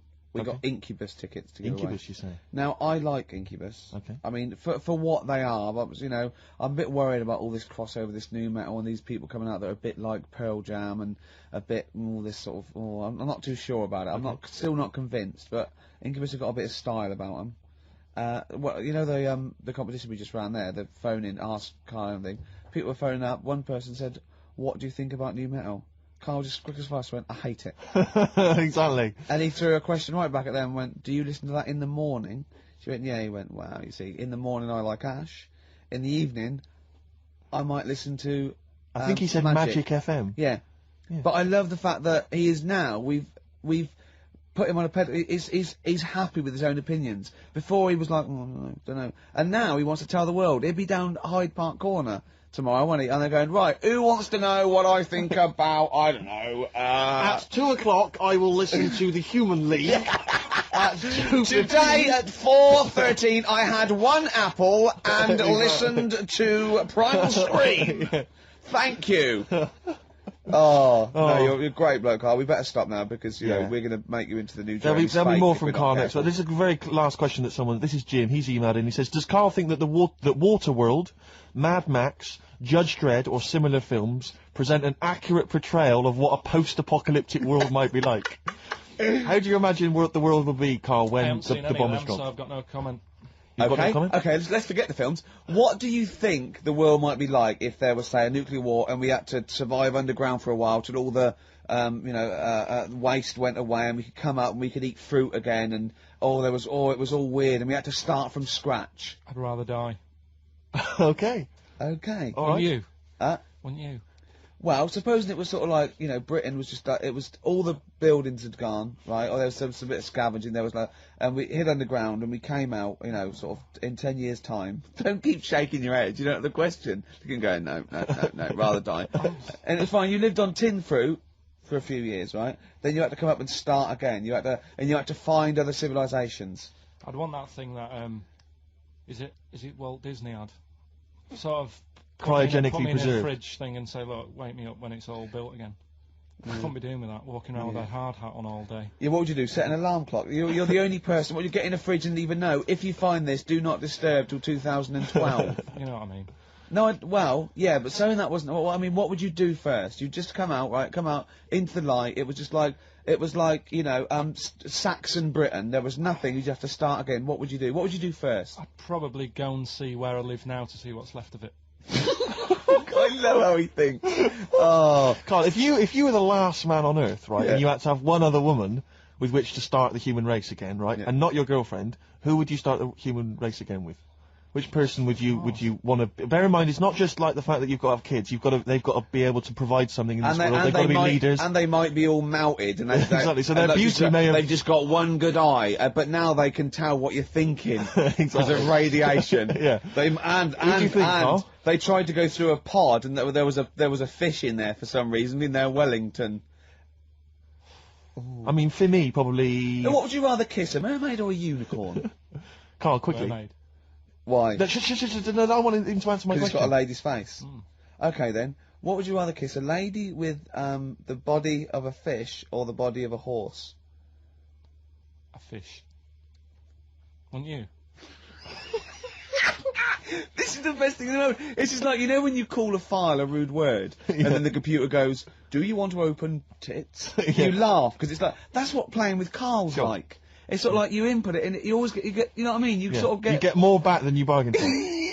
Yeah. Oh. Probably only because I've seen films, that one with that Hannah Darrell or whatever her name is in, and she looks alright. I've never seen Hannah a film Darrell, with a woman with a horse's body. Maybe if I've seen one, I might change my mind. Okay, can you email us a picture of a woman with a horse's body? Yeah. Yeah. Ricky.Gervais at XFM. Or do they exist? Anyway. Do you reckon unicorns exist, Karl? No. Let's play another song then, because I think we were going to give away some Incubus tickets. We seem to have got sidetracked. Okay. Well, I'd like to play my song For the Lovers. I'm not ashamed of this. It's an early Bowie track. It's his sort of, version of soul. It's off the Young Americans album, and it's a beautiful song called Can You Hear Me?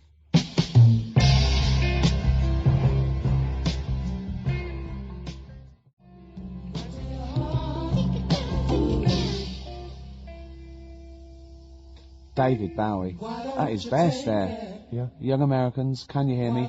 You said it when the record was on, Steve. You're not going to hear this sort of eclectic mix of music anywhere. Anywhere else, Rick? We go from hip-hop to soul, to hip-hop and soul, to soul-y type hip-hop. And then some soul-y hip-hop hop. And Ash. And the joy of it is, Rick, that if people are open-minded enough and broad-minded enough, as I hope our listeners are, they're going to be loving this. And we played Early Alton last week. We didn't care, Ty. We don't care what he's done since or what he's like now. We're not interested in reputation. Rick. I don't judge. You know what I mean? If they Rick, do a good track, can I tell you this let's now? play that track. I am not interested in what people think's cool. No, obviously. No, I'm interested in what people think is good, Rick. Yeah. All right? No, I'm interested in what we think is good, I Steve. don't care about what women think is traditionally handsome. No. I play by my own rules. Yeah, exactly. You do, don't you? Yes. Yeah. Okay. You're not in it for their amusement. I'm not in this game for anyone's amusement. No. Obviously not. Jeez, and all these women with the, I want to be able to have a conversation. Yeah. I want to have an orgasm. Exactly. You know what I mean? Yeah.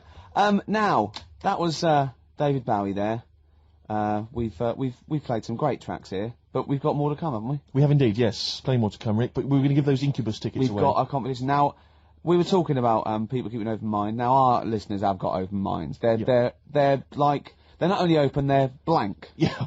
They're, you know what I mean, really. Empty canvases. From the ones that have been, from the ones that have been phoning up, I don't know how they dialed. No. I think they're wrong numbers, or they sat on the phone or something. Sure. And a lot of old listeners are coming back. A lot of people from the old days of XM. I don't know, they're obviously been allowed out. Yeah. Finally. Well, that's caring the community, Rick. Yeah. You know, a lot of people now get thrown out of those homes or detox centres. Yeah, I thought maybe an old question, something I'd explored 3 years ago, 4 years ago. What excites me is the fact that, clearly all those kind of needle exchanges and things like that really helping people stay alive, and that's a joy. Sure. That's evidence there on the phone. Yeah. Now, what about this? Now, you know the answer to this. I've done this before. Okay. Right? There is one London station. Rick, we've done this in the last couple of weeks. Oh, you think I'm going to say St John's Wood? Yes. No. Okay. There is one London station that has no vowels. That has no vowels? No, it's not. Oh, no. You've not thought this through It's at one all. vowel. It's one vowel. It is one vowel. So there's one London station with one vowel? I can't remember the answer, though. Oh, no, this is pathetic. This is so rubbish. I so want to be on someone else's show. Like, Camfield would be good, or just on, like, Dr. Fox. We like Dr. Fox now, don't we? Fox is amazing. We like him. He's come through on that Pop Stars Tonight. I love Fox. I like his little trunk. He's like a little trunk, and he works out, and he's got a bike and everything. But I like him. He's optimistic. He wears too much blusher, and I like his suits. But it's the fact that it's like, however hard he tries, he just doesn't look right on the telly. He just looks like a man who's been sewn into that suit. I know. Did I tell you when I saw him once riding here into Capital on his Harley? Oh, was that such a joy? Yeah. No, we like Foxy. What about Simon Cowell? Oh, boo. What about that Nicky Chapman? Like her. Yeah, what about who's the other one? Oh, Waterman. Up and down, He's Waterman. a bit of a knob. Wow, come on, you can say that, but he's sold millions of records. None of this talking... So's our price. None of this talking is disguising the fact that we still not managed to give those Incubus tickets away. Okay, what about this? You've got nothing, have you? No. Running on empty. Yeah. Play a record.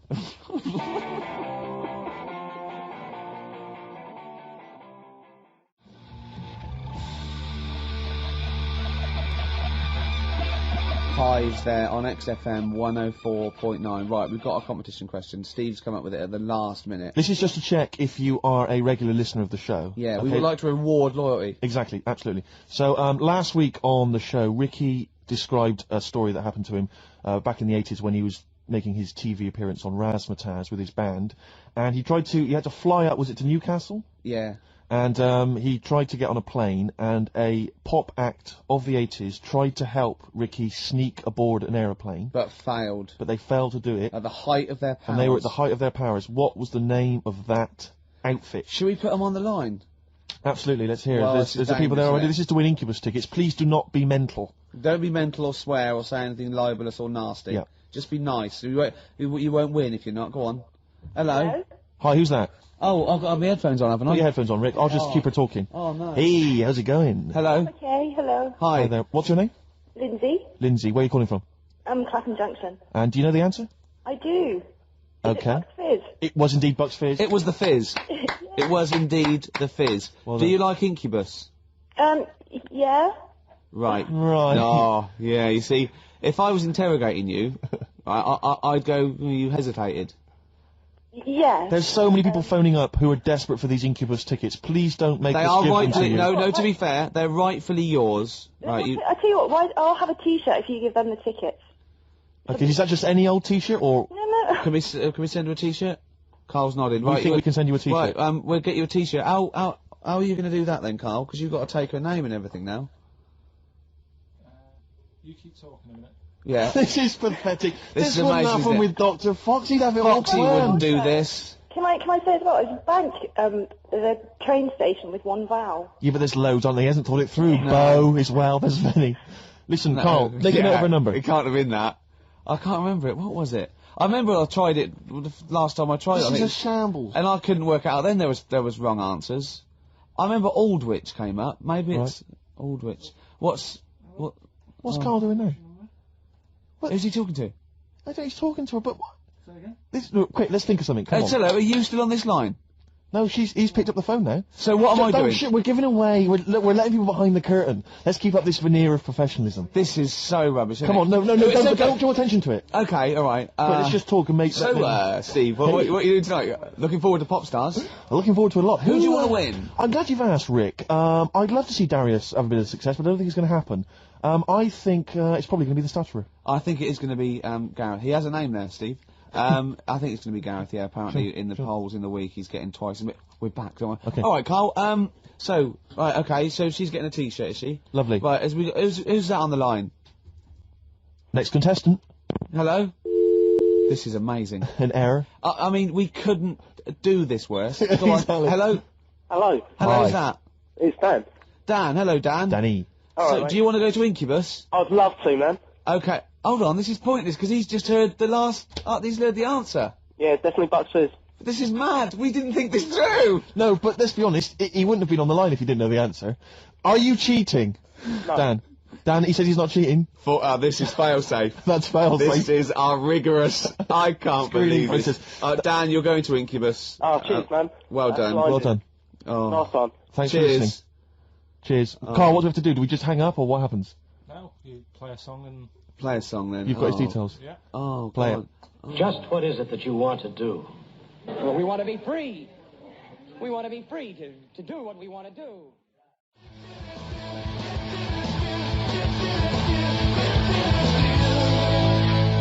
Feeder, just today.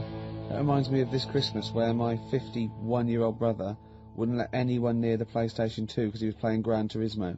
And he has to build his car up and buy it. He just played it from about 6 o'clock till sort of 3 in the morning. Was it Really? bought for him, or About 3. I don't know, but we had to watch him. Brilliant. Why that song particularly? Why It's that on. song? It's on it. Oh, It's it's I featured on it. think Feeder feature all over it, don't they? On the soundtrack. Yeah. So there you go. Yeah. I was on the tube the other day, Rick. So I was just coming into Finchley Road. Yeah. And I was on the train. I mean, I know you don't travel on the tube anymore. 'Cause No. you're too famous. But I never did. No, fair enough. It's not that I don't really recognise. It's just that it's beneath me. Fair enough. And and they're on the tube in each carriage on these newer ones. There are kind of these flaps that are normally locked closed, and there was one of them that's swinging open.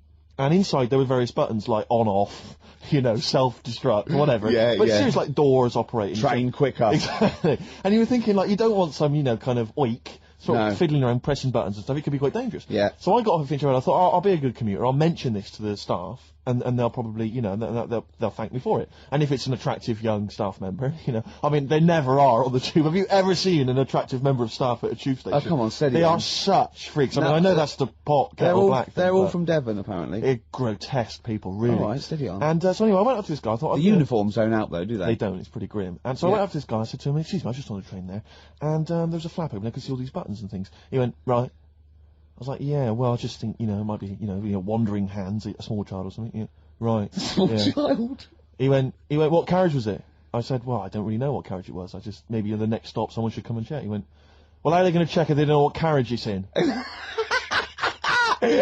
And at that point, I just wanted to smack him in the face. I just thought, you know, I'm in a hurry. I've got no reason. There's no gain for me about telling this. It's not going to help me out in any way, not financially, nothing. I'm just trying to help you out, and that's your attitude. And I was absolutely livid. I'm getting so intolerant in my old age. I can't stand it. Bad service, bad attitude. Just, it drives me mad. It makes my blood boil, and livid. I was one time, right, I was down in the centre of town. This was after some of the big explosions. The IRA had, you know, various things. And everyone was on kind of bomb alert, very nervous, very scared. And there was a sort of a bag in the street, you know, this was the centre of London or whatever, and my friends and I were a bit edgy about it, a bit nervous. And we're outside this pub, and we saw the bag, and we thought maybe we should sort of we'll tell the landlord and that. So we told the landlord, right, and he came out and he looked at it, he thought, "Oh, you're right, lad, it does look a bit shifty." And this is what he did. This was his security measure, right? He was going to call the police, but in the meantime, he picked up one of those sandwich boards that advertises what food's being served in the pub, just placed it over the top of it. Yeah. Yeah. That's fail. So that is what the bomb disposal unit use very often. Like you see them up and down Oxford Street. They're not people selling stuff. Sure. That's just they will leap on a bomb. Yeah. Well, I love the idea because what we did was we moved about 100 yards down the road because we thought if the bomb goes off, we want to see it. That'll be dramatic. Yeah. We don't want to get into it. But I love the idea of like a sandwich board flying off into the air and just embedding itself in someone's head. Yeah. No one would be Who do I sue? That sandwich board. Well, that was Ron, the landlord. Exactly. Yeah. My God, is that Cumberland pie for £5.95? I can't believe I luck. John, I think there's something more serious. Anyway, paramedics going, I can't, 99p a pint. It's pretty. I'm going to come back here. So anyway, so listen, he calls the police, right? And so after a while, about, you know, it was like 40 minutes later, and I think the police do a good job. I'm not trying to bake down on the police. I think it's a good job, and I respect the police.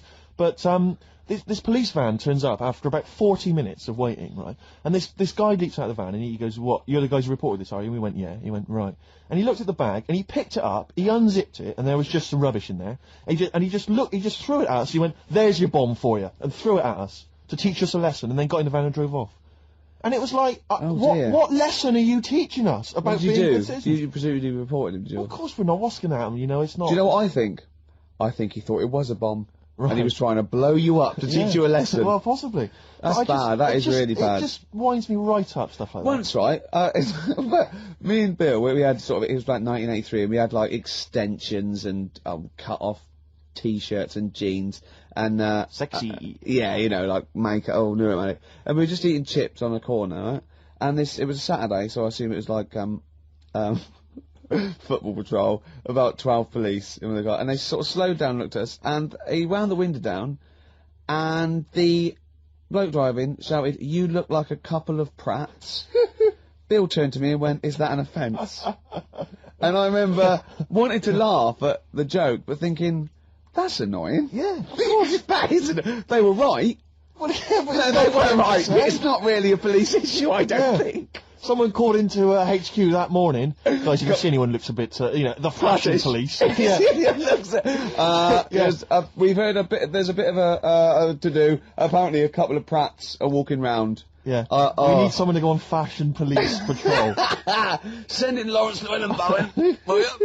Oh dear. But you know, we respect the police. Yeah, we're not. I'm not having a go. It's just those few that give them a bad name, really. Yeah, exactly. High five for it. Hey, I think the boys in blue do a good job. They do, and do the firemen. Yeah, firemen do especially firemen. I remember once. This is really embarrassing. This is the arrogance of youth, right? in a hall of residence. Every time someone did toast, the fire alarms went off. I remember once it was like 2 in the morning, and we all had to go outside, and it was just toast set off thing, but it was linked, and about 8 fire engines turned up, and they're all coming in, right, and I said, oh, this is so embarrassing, why am I telling this? Go on. I just went, there's enough of you. God! And the fireman said, he just went, shut your mouth, mate. Yeah. And I thought, oh God, he's right. It's one of those things you remember 10 years later. Yeah, go, that's a horrible thing. What I know, but I when want you you're to 18... publicly apologise to the I'm fire so brigade. sorry. I'm so sorry. Because I never did stuff like that. Oh, that is twatish. I was too busy saying, can I try on your helmet? Oh dear. Oh, we better play another song, play a haven't we? Oh, this is a great track. This is Groove Armada. It's from the album Goodbye Country, Hello Nightclub. It's the opening track. It's called Sun Toucher. I think you'll like this, Steve. Well, I'm looking forward to it.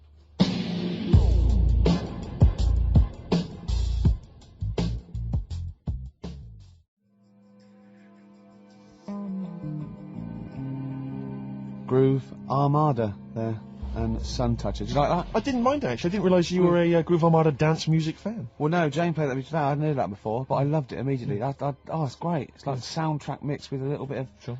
hip hop, and it's all like a big mix. Big isn't melting it? pot. Yeah. I just wish that's what the world was, really. So do where I, we could so just, do I, so do you I, know, everyone yeah. could live in harmony. I wish it was an onion. Oh, if only the world were a great big onion. Yeah. Oh, well, maybe one day. Well, this is nearly the end of the show. Absolutely. It's been Ricky Gervais on XFM 104.9 with Karl. And it's been a great show, and I've just there's been some laughter, there's been some tears, there's been some jokes, there's been some political satire. I'd like to think so. But above all, there's been some chat with friends. And there's been some bloody great music. Let's not forget that. I don't think we need to swear at this time. It's late juncture. Yeah, because you make yourself look a cock, and me look a twat, and true. Karl look like a complete... Song for Go on. ladies. Rarely do you get a chance to play on a radio station. Nearly 7 said minutes. wanker. 7 minutes worth of Led Zeppelin. But screw it, I thought, damn, Hey. you know, it's the end of the show. We don't give a damn. It's an Be amazing careful song. with the language. Screw, damn and bloody. Do not a sermon make. Rick, it's a beautiful song. If you're not a Zeppelin fan, stick with it. It's not roaring rock as you'd expect. The Rain song from Houses of the Holy. See you next time. See you later. On XFM 104.9, I'm Ricky Gervais. Steve Merchant. It's with you. Oh yeah. Yeah. Sentences and all It's that. just using the Well, you traditional pointed, English but you language. put me off. You pointed to yourself, and I just said Steve Merchant. You know what we know? We do that every week. You introduce me. You Yeah. say with me, and I go Steve Merchant. No, yeah. So like, it's a catchphrase that everyone's waiting to hear it. No, but usually I go Ricky Gervais and you go with Steve Merchant. But this time you pointed to you, so I said it. But I didn't say it. It caught me off guard, so I didn't use the sentence. Oh, I don't like the way you sit, right? I've read medically that if you're slouching like that, can you try and describe how you're sat? But you've got the kind of have you ever seen that picture of when John Lennon was off his head on Smack recording Let It Be, and he was lying on the floor at Abbey Road? That's basically what Ricky looks like now. I was scared. It's not good for you. That look at you can't breathe properly in the diaphragm, so you're going to speak badly. Hey, listen, I was trying to speak medical stuff there. I was trying to run into trouble. Anyway, Rick, what are the words to Wham Rap? No, what are the words to... I don't remember Wham Rap. What the hell's got into you? Hey, sucker. No, there's nothing you can do. Brilliant. We look forward to a forthcoming revival of your music career. Yeah. Rick, I had some devastating news last night. Go on. You know when I left you, I was off to buy a PlayStation 2? Yeah. I was totally in the mood for it. Or a PS2, as he said. Yeah. Which confused him, Grandad. Anyway, so, you know, I think I went in, like, some electrical stop on Oxford Street. Yeah. And, So the thing the thing about Steve is, I wouldn't say he's mean. He hates that. He's careful, right? And he will spend days to get £1 off. Rick, 2.5 hours I walked around last night. I swear to God, I was walking to different shops, right? I went from Oxford Street to Piccadilly Circus, back again, along the length of Oxford Street, back again, all over the place, right? I realised I basically couldn't get a better deal than about 240 quid, right? For a console and a game. So I ended up in Virgin Megastore, I bought a Auto Grand Theft 3 or whatever, and a PlayStation and a memory card or whatever.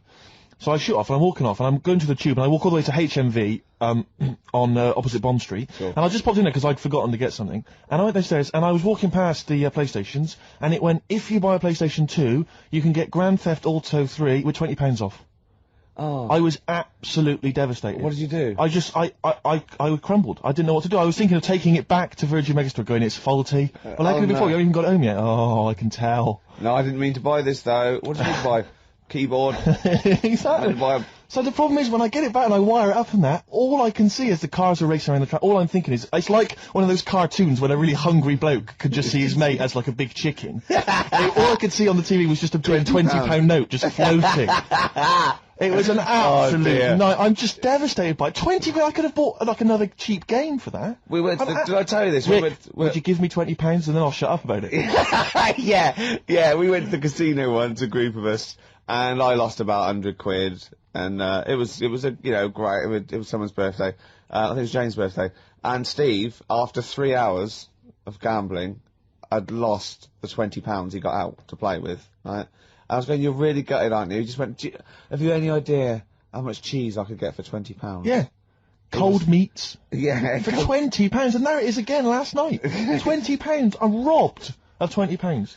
Literally, they've taken it from my hand. Yeah. The HMV people. I they've can't believe taken it. that and they've. I'm going to try and away. think of some things to cheer you up. Should we play some songs?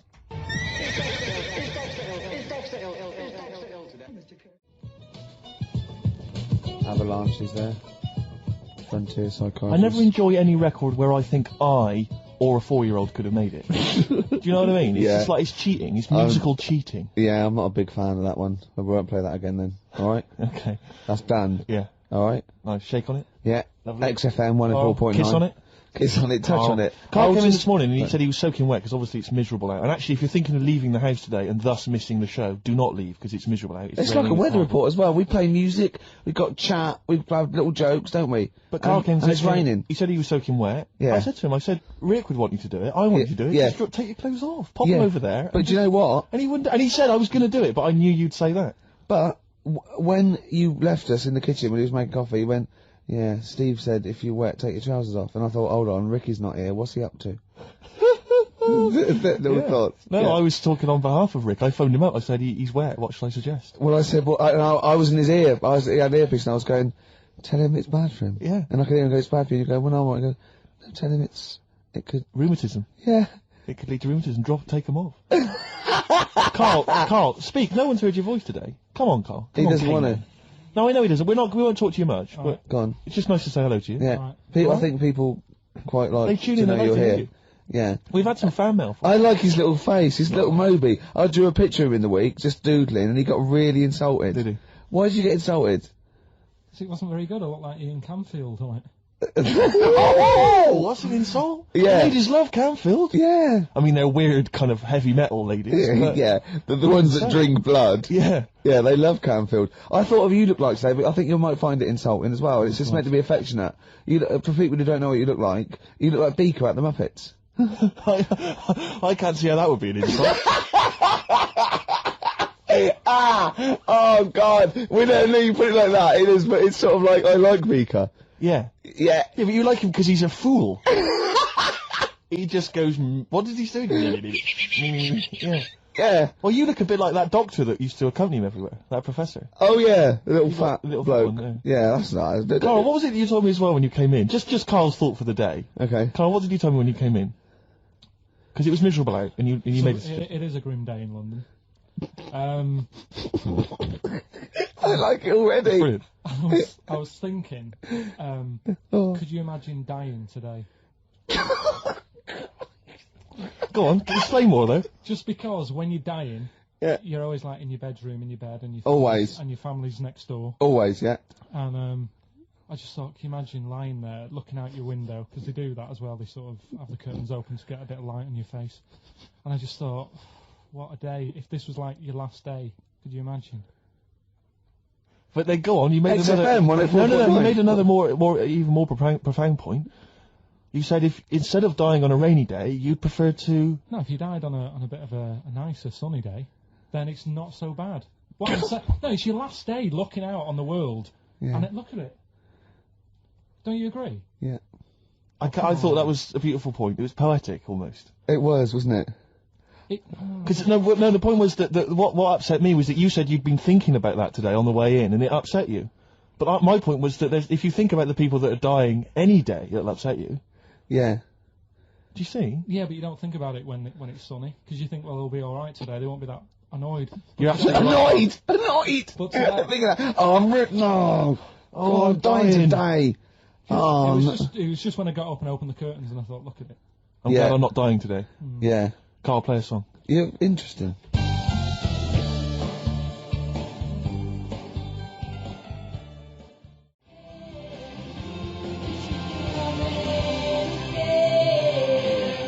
Mole Historical Society, watching Xanadu on XFM 104.9. I'm Ricky Gervais. With me, Steve Merchant. See, it doesn't work if you say with me, Steve No, Merchant. doesn't work. I've either got to say with me, Steve, or you just go with Steve Merchant. Sure.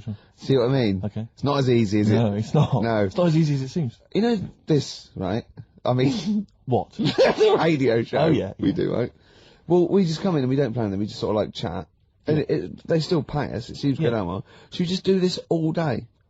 What, all day on XFM Or just get a license where it's Ricky and Steve FM, and we just chat and we go, what are you doing there, Steve? Just having breakfast. You go, all right, yeah. Yeah. Oh, what are you doing there, Steve? I'll just clean the windows and that.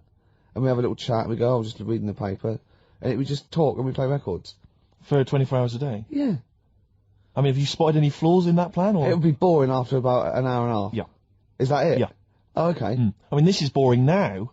No, and we've only done 20 minutes. No, it's just we were talking about Carl having a thought, remember? Yes. And then I had that thought when I went out to get some orange juice, and I had that thought. So maybe this show can be about let's have thoughts. Okay. So we have thoughts, yeah. Okay, or they could, if we haven't got any, they could phone in with some. Okay. Or email a thought, maybe, if you've got a thought. Email that in. Just thought we could talk about Ricky.gervais@xfm.co.uk. It could be a thought about anything. Hey, go on. Can we not make those thoughts racist or homophobic, though, please? Yeah. Or not downers. No, nothing that's going to bring us down, you know? Yeah. Upbeat stuff. Yeah. Go on, Carl. You were Do gonna... you know when you said 24 hours then? Yeah. Do you know how much it takes to run one of the escalators on the underground for 20 hours a day? How much it costs a year to do that? To run it how long? 20 hours a day? Yeah, that's what it runs. Is this another of your facts? Mm-hmm. These are always substantiated by an independent source, aren't they? They're not just something you overheard on a bus. Am I just to check? This is fact. I read it. Okay. Did you read it on a wall in a sandwich shop? Sometimes I wish this was on telly, because when Steve said this, you have these substantiated by an independent arbitrator, Carl just looked at him. Yeah. Like he'd just spoken French. It just looked like that. It's just it. Okay, so anyway, this information you've got from a reliable source, you read it on the back of a fag packet or something? No, I think it was in the Metro magazine in the week. Lovely. Okay. Yeah, So okay. here's and let's just hear it again. How much does it cost? Yeah, there's loads of escalators on the underground. Yes. And they run for 20 hours a day. Yes. Don't tell us how... Tell you what, Carl, that's such a fascinating fact. Don't tell us. Let's play a record, Rick. Okay. And then people can stay tuned if they want to hear how much it costs. This is like some sort of mental home radio. Yeah. Isn't it? I mean, we are... I mean, we're not mentally ill. We haven't had any head trauma. We're educated people. Yeah. But we come out with just rubbish. Gobbledygook. Just nonsense. It's like, I can't grasp it. I don't know why he started saying... I've no idea what that thought was. You just said 24 hours about doing radio for 24 hours. So I thought, 20 hours. Oh, God! So we're now examining the thought processes that we all have before we get to... Let's just hear a song. Okay, Rick. right, it's 1:30, and that film sounds good. Ooh, that film sounds good. Feature. This is where I choose a song from a film that film sounds good. See? This is a film that me and Steve both love, and he saw it first and got me onto it and said I'd love it, and I did. It was Rushmore. It was a great film, and from it features one of my favourite artists of all time, The Wind by Cat Stevens, and this is off the first album I ever bought, from Teaser and the Firecat. This is The Wind from Rushmore. That film sounds good. Cat Stevens, The Wind. Elegant. It's a beautiful song. The album is a superb album. It's seminal. It's just has some great songs on there. I feel like playing another one, maybe a song for the lovers. Maybe do it later, yeah. Maybe I could do that, yeah. It's beautiful. I have to say I've seen the follow-up to Rushmore. If you enjoy Rushmore, it's this new film, The Royal Tenenbaums, with amazing cast. Ben Stiller's in it, Gwyneth Paltrow, and Gene Hackman in his Golden Globe-winning performance. Oh, yeah. Same sort of thing as Rushmore, same kind of style, but lovely sort of kind of family comedy. Absolute dynamite, and again a brilliant soundtrack. Nico is on there, Nick Drake, all kinds of treats. Forthcoming in the cinemas, Rick. You say the follow-up, is it the It's same not a director? sequel. It's the same director, same writer, Right. some of the same cast. Bill Murray makes another appearance. Same style. Haven't the Swingers lot done another one? They have. Their new film's Made, with the same Right. Jon Favreau and Vince Vaughn. Again, dynamite, really good fun. Not as kind of perceptive as Swingers, but certainly as much fun. Have you seen Swingers, Carl? I think so. Is it the one where they've got a line in it? They've got a catchphrase in it, haven't they? You're the money? Your money? No. You're that's so money. Jeremy that's it. Yeah, I've seen it. Yeah. I love the fact that I said you're the money, you went no. You went you're so the money, you went yeah. Well, yours is from, what's his name? Yeah, Jerry Maguire. No, Yeah. that's show me the money. Yeah. Yeah. I've seen it. Anyway. See, that was really articulate. We had, we did a feature. It linked into film.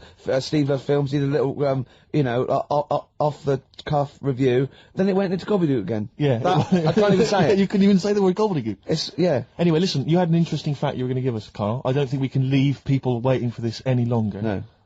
Right. How much does it cost to run one escalator? That's just one. Yeah. On a London Underground. It's running 20 hours a day because it shuts for 4 hours in the night when they're cleaning up and that. Yeah. How much does it cost to run it for a year? £12. £60,000. The trouble with these facts is I've got nothing to compare it against. Well, think about, like, your yearly electric bill at home. Well, when you put it like that, when you can... It's a lot, isn't it? When you think they could just use stairs. Carl, play a song. Politics on XFM 104.9. Please, people, just use the stairs.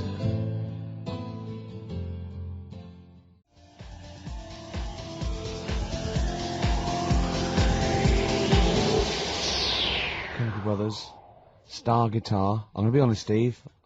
I like the video more than the song. Agreed. Good. Yeah. I just wish we could maybe tape the bits we're not on air, just because that's when Carl comes into his own. Yeah. He just said to me, I don't know what I was doing, I was sort of like pottering around, dancing around, doing something annoying probably, and he just looked at me, I looked around, he was looking at me, and I looked back, and he went, have you ever used a Y-front properly? Genius. It's a great question, because the answer is definitely no. Definitely no. Does anyone use their Y-front properly? And by that, I mean, get your winky out of the little sort of slot provided, as opposed to like put it to one side or pull them down or whatever. Has anyone used a Y-front properly? I don't think I've ever done it. I don't think I've ever done it. I've never seen anyone in a toilet doing it, Rick. You should be looking. I wish I hadn't said that. I caught ya. Really? Yeah. That's actually how you prove people are gay. Yeah. You get them into this conversation. Yeah. Yeah, and it's a trap. Yeah, it's a trap. It was the trap. Yeah. I I'm thought not that gay, was by the the, way. Yeah. You didn't prove I was gay. I double bluffed you. Because I knew the old gay trick. I thought it was the old gay lord say no thing. That is another method. Yeah, That is there's innumerable methods of doing it. That's how Oscar Wilde was caught. Yeah. Yeah. What happened there? Well, the judge went to him, did you see that film last night? Gaylord say no, and he went no, and they went take him away. Yeah. Take him down to the cells. Yeah, take him to Reading. It is true. Well, true. It originated in America. yeah. So many of these things do. It's Yeah. a brilliant point, Carl. I'd like to hear from anyone listening who's, and I mean, well, they'll just lie, wouldn't they? I suppose. Yeah. I don't even use sort of flies. No? Usually, I sort of pull my Y-front, my sort of tracksuit. That's why I wear sort of like elasticated waistbands all the time. Exactly. Just sort of Speed. Yeah. Yeah, you got to get in there with the minimum of effort. Yeah. And out. Sure. Often I won't shake. No, oh no. To my detriment, because it often leaks out a little bit later, doesn't it? Ever been out on a date with a girl where it's just trickled down your leg and you wish it hadn't, and you're thinking, what if she gets my trousers off later? She might smell or see it. What? What? I don't know. I don't know what I said there. Right. Rick, I had for Christmas something which I think might excite you and interest you, because I know you're obsessed and interested by facts. Yeah. Don't fiddle with the microphone. Well, I was Everyone just can hear looking at what it was underneath it. that. Stop, listen to what I'm saying. I know, no, listen, let me explain. People could hear you moving the microphone. Could they? Yeah, I can hear it in my headphones. You know, it's the little pop shield that goes over the mic. Yeah. I was going to see what way the mic was facing, so I just had a Who look. cares? No one's interested. Leave it. Carl, I'll tell you if there's a problem. Alright. Why am I talking like that? So this is a book, it's just facts and trivia. It's edited by Sir Isaac Asimov, who Oh, I yeah. think's dead. So I don't know when my parents bought this book. I assume it's sort of from a second-hand shop or something. Right. It's quite long, but I got it for Christmas. I keep meaning to bring it in, because there are... Generally, the facts are quite sensible in here. And I like to think if Isaac's been involved, they're probably substantiated. It's not like kind of just this nonsense on the web. I think that this is probably... Or crucial. up in Greg's the Baker's that Carl Exactly. gets most of his facts from. The ancient Egyptians trained baboons to wait on tables. Carl, fascinated.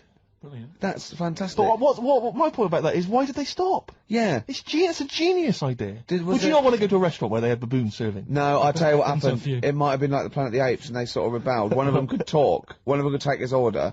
And one day went, do you want fries with that? And the bloke got really annoyed and said, answer him back. And then there was some sort of rebellion. Right. Yeah. The Planet of the Apes isn't true, is it? It's not. a No, it's film. not. It's not a documentary. Right. Okay. I wonder, because what I like the idea of having baboons is the fact that I reckon they're like, I have difficulty, and I'm sure you do, Carl, like at working out that sort of 10%, you know, on a bill. Yeah. I reckon baboons would find that particularly hard. I reckon you could get away with under-tipping them all the time. Yeah, exactly. Just not leaving enough and just legging it. Exactly. They go away and you go, sucker. Yeah, exactly. So Yeah, I'd love to see yeah. some baboon restaurants. If there's Yeah. any restaurateurs out there, so Could I or someone. if you do go to a restaurant and you've been waiting on those, please don't order the banana daiquiri because it comes half eaten.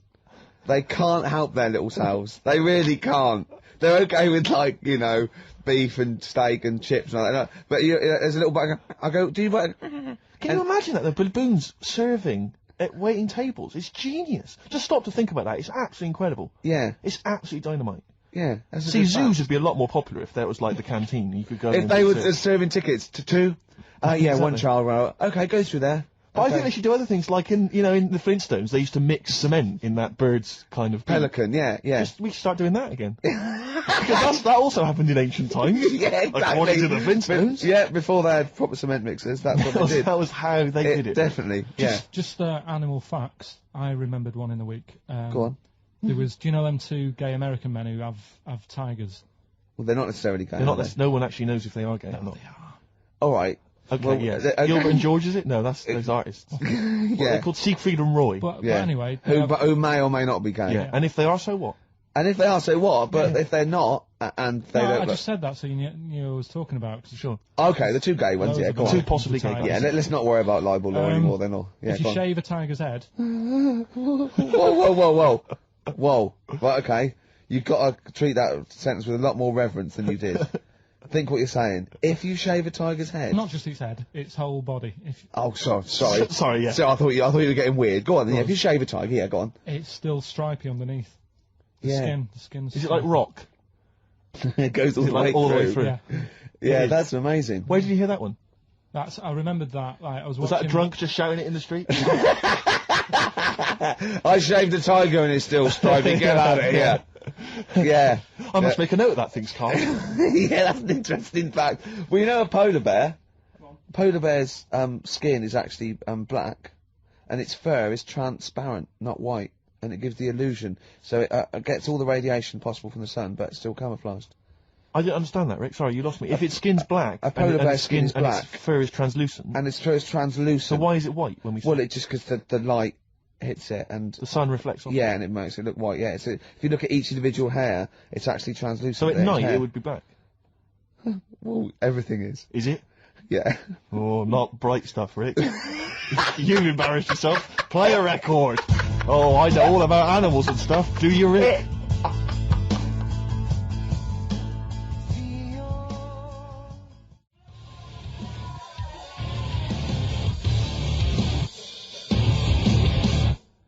P-O-D.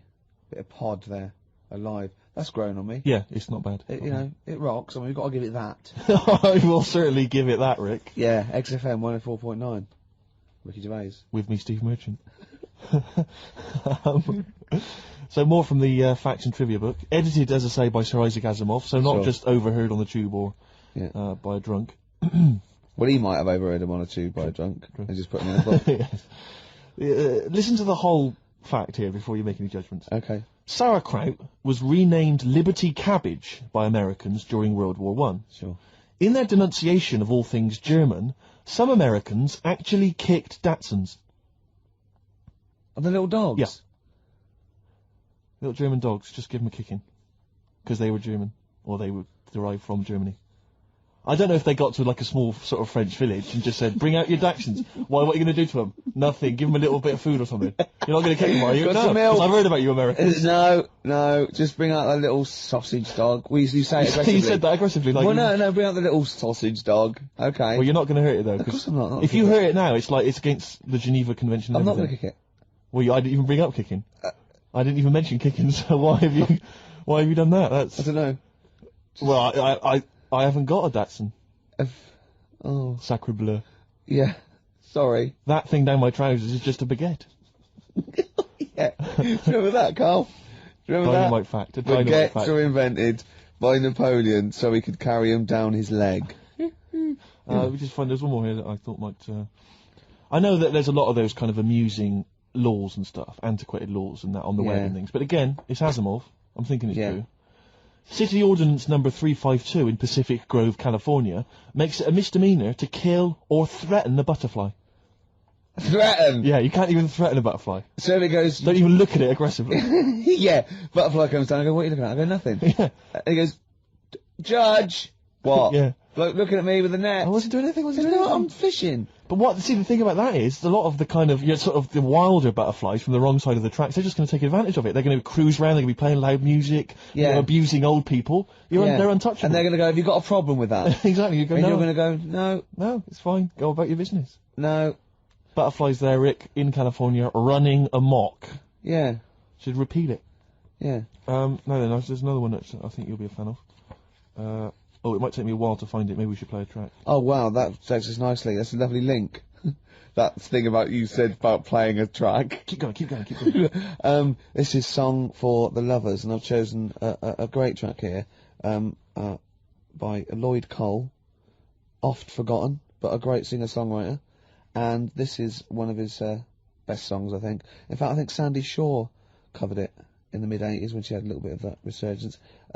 It's Are You Ready to Be Heartbroken? And it's Song for the Lovers. Lovely tune. Enjoy.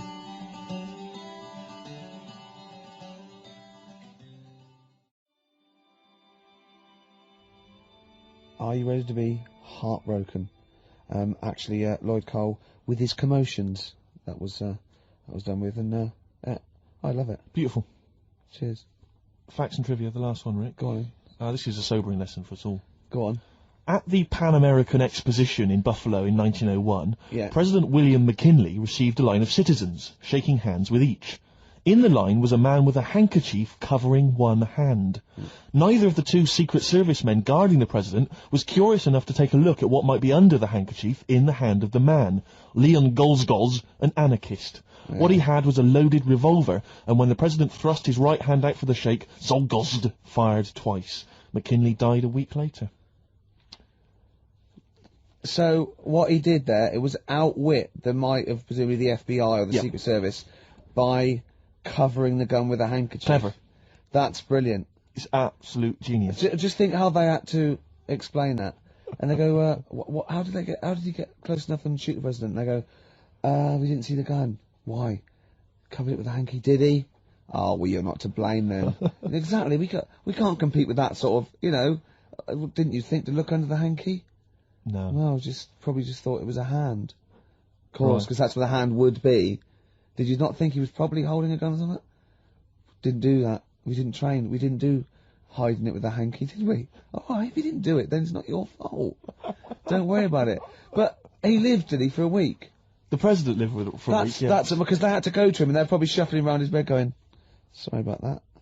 Why don't you look? I had a hanky, did he? Oh, well, they're now in jail. Well, they were. Go on. Well, when we went into the jail to give him some bread and water, he had a hanky over his hand. Right, yeah. We thought nothing of it. Sure. And a gun? Yeah. It's a gun and he got out. See? Do you remember the gun? Yeah. That's terrible, isn't It's pathetic. No one's used that method since. Because it was effective there, but you don't hear about that now.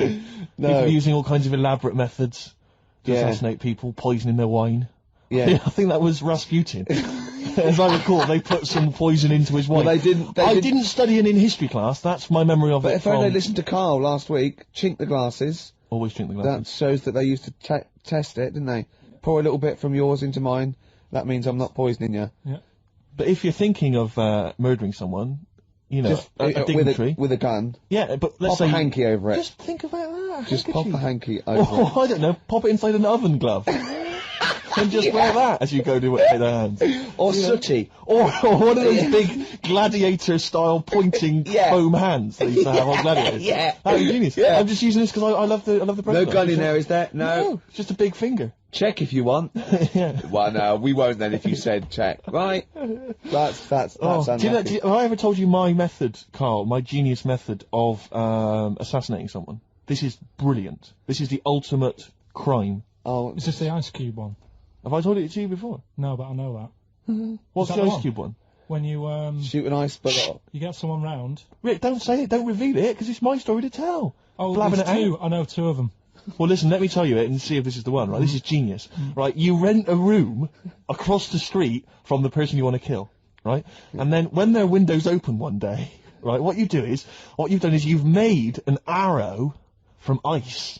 Okay, and then what you do is you train like to become a brilliant marksman with a bow and arrow. It's an old one. It is brilliant, but this is why it's classic.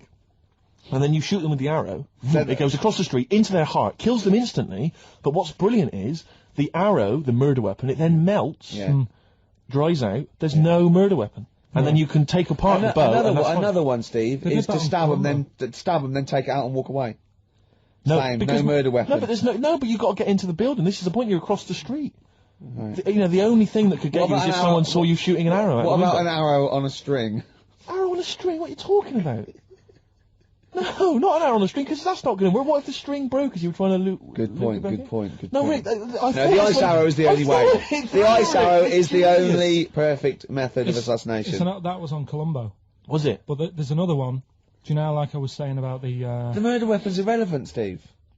What? The fact that it's a murder weapon, that is irrelevant. No, because there are fingerprints on it and stuff. You're having a laugh, Rick. I defy you to win. There's no fingerprints on a bullet when it goes through your head at 12,000 they can miles an trace hour. it to the same gun, can't they? They can figure that out. Throw the gun away. No, but they'll find the gun. They always find the gun. Burn I've it. seen it. No, you can't burn a gun. Rick, my point is...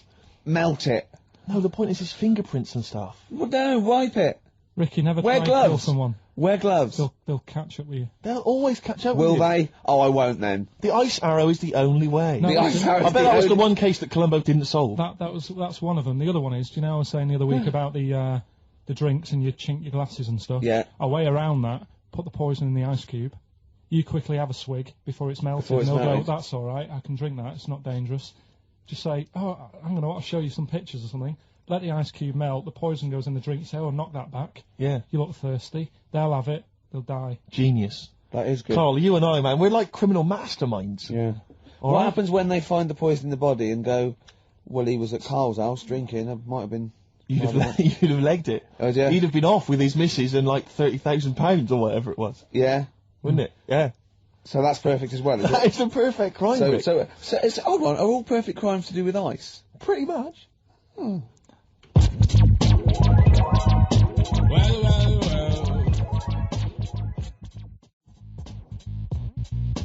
Roots, manoeuvre, witness. We were talking earlier about people who use Americanisms, like Yeah. they've used it all their life, and it's our pet hate, isn't it, really? Oh. Like, just people who say, I was DJ, risk of sounding a little bit, butt licky. Butt licky. What's that? Never heard that. Butt. Don't say butt. Yeah. I heard someone say he was on my ass. Oh. He was on my ass. Yeah. I've never... What? I'll tell you what almost annoys me almost as much as that. There was a guy I used to know who'd pretend, and this guy was like, he'd never done anything wrong in his life. He had no street cred whatsoever. And I was driving along with him once, back from somewhere, and a police car just pulled out and was just following us along the road, because police cars sometimes do. Not following us, just happened to be driving in the same direction. And he went, hey, up the pigs, watch it.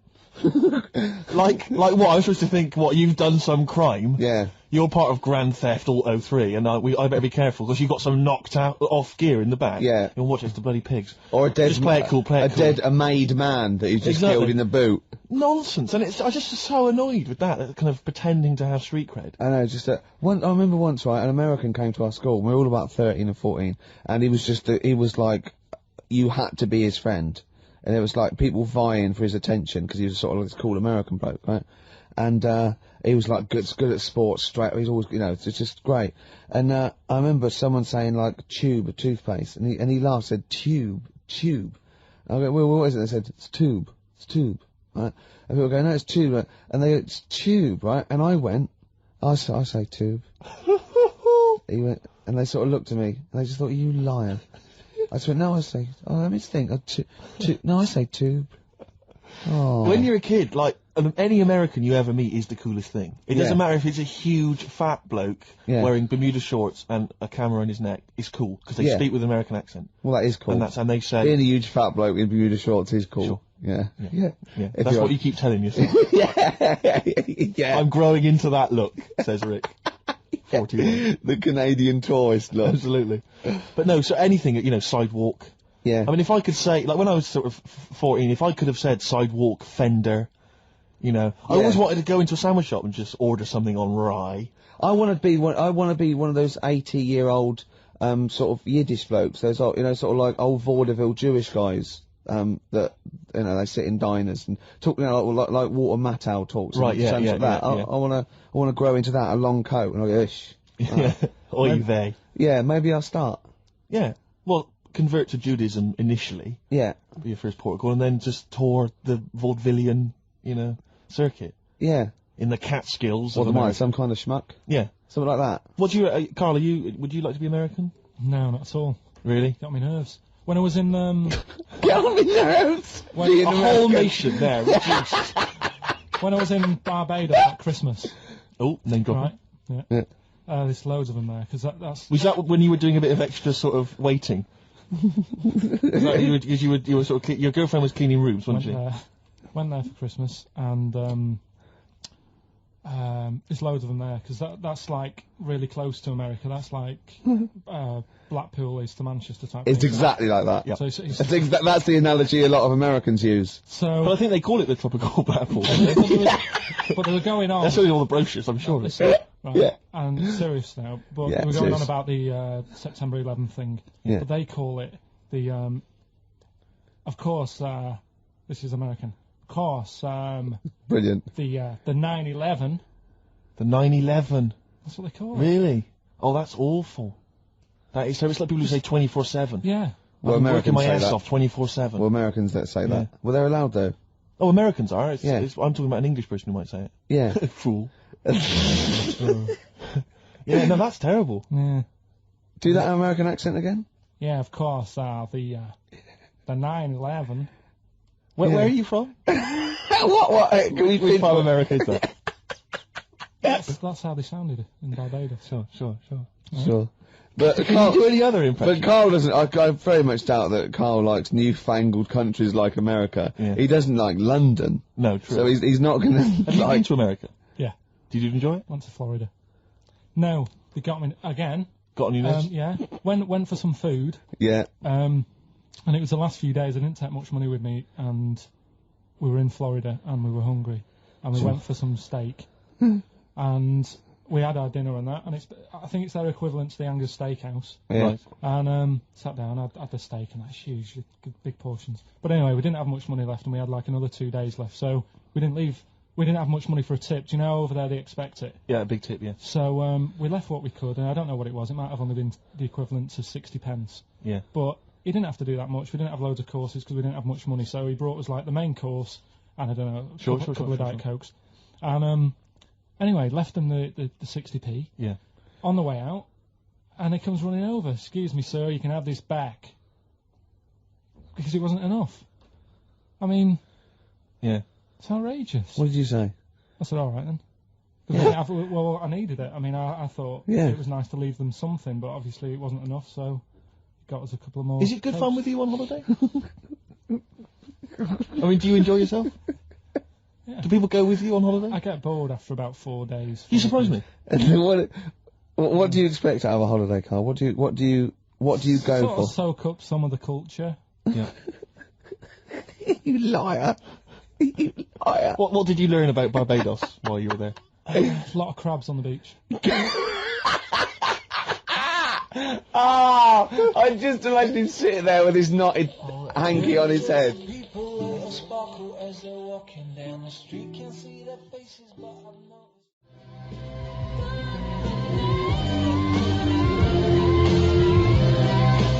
I like that. Not bad. Bit of Gary Newman there. That's Richard X and Sugar Babes. Are Freaks Electric. Is that one of those things where they've taken one song and they've laid it over the top of the other? Yeah. Brilliant. It's good, no? No, it's good. I like that. Good. Yeah, it's great. Classy. Yeah, well, we're nearly done, aren't We we? are almost finished, Which is a couple of great tracks. With a few laughs. Maybe we've had a few laughs, haven't we? Yeah, exactly. I've perked up. Yeah, you have. Yeah, you've no, lost it here a I- bit though. You feel a bit. It sounds like you're a bit down again. Well, that's just 2 hours work in Okay. one long Sure. stretch. Yeah. I reckon we could do a 3-hour show now. No. No? No. Skin of the teeth, sort of just. Yeah, we barely got away with this. Really? This is beginning to fall apart now. It is, isn't it? Yeah. Oh. But yeah, it's we've been had a good fun, time. though. We've had a few laughs, as I say. I just think of Carl on the beach. He said he started winding the crabs up because he got bored. He started throwing sand at them. It's like a child's experiment. When you were in California, you weren't aggravating butterflies, were you? Because that's a misdemeanor. Scary though. The weather's really freaky Where in California. is it? Yeah. In the day it's dead nice. Come 6 o'clock it goes black, and then the rain comes down. It's freaky. Is that every single day, Carl, or was that just the week you were there? Every day I was there for about a week. It happened every day.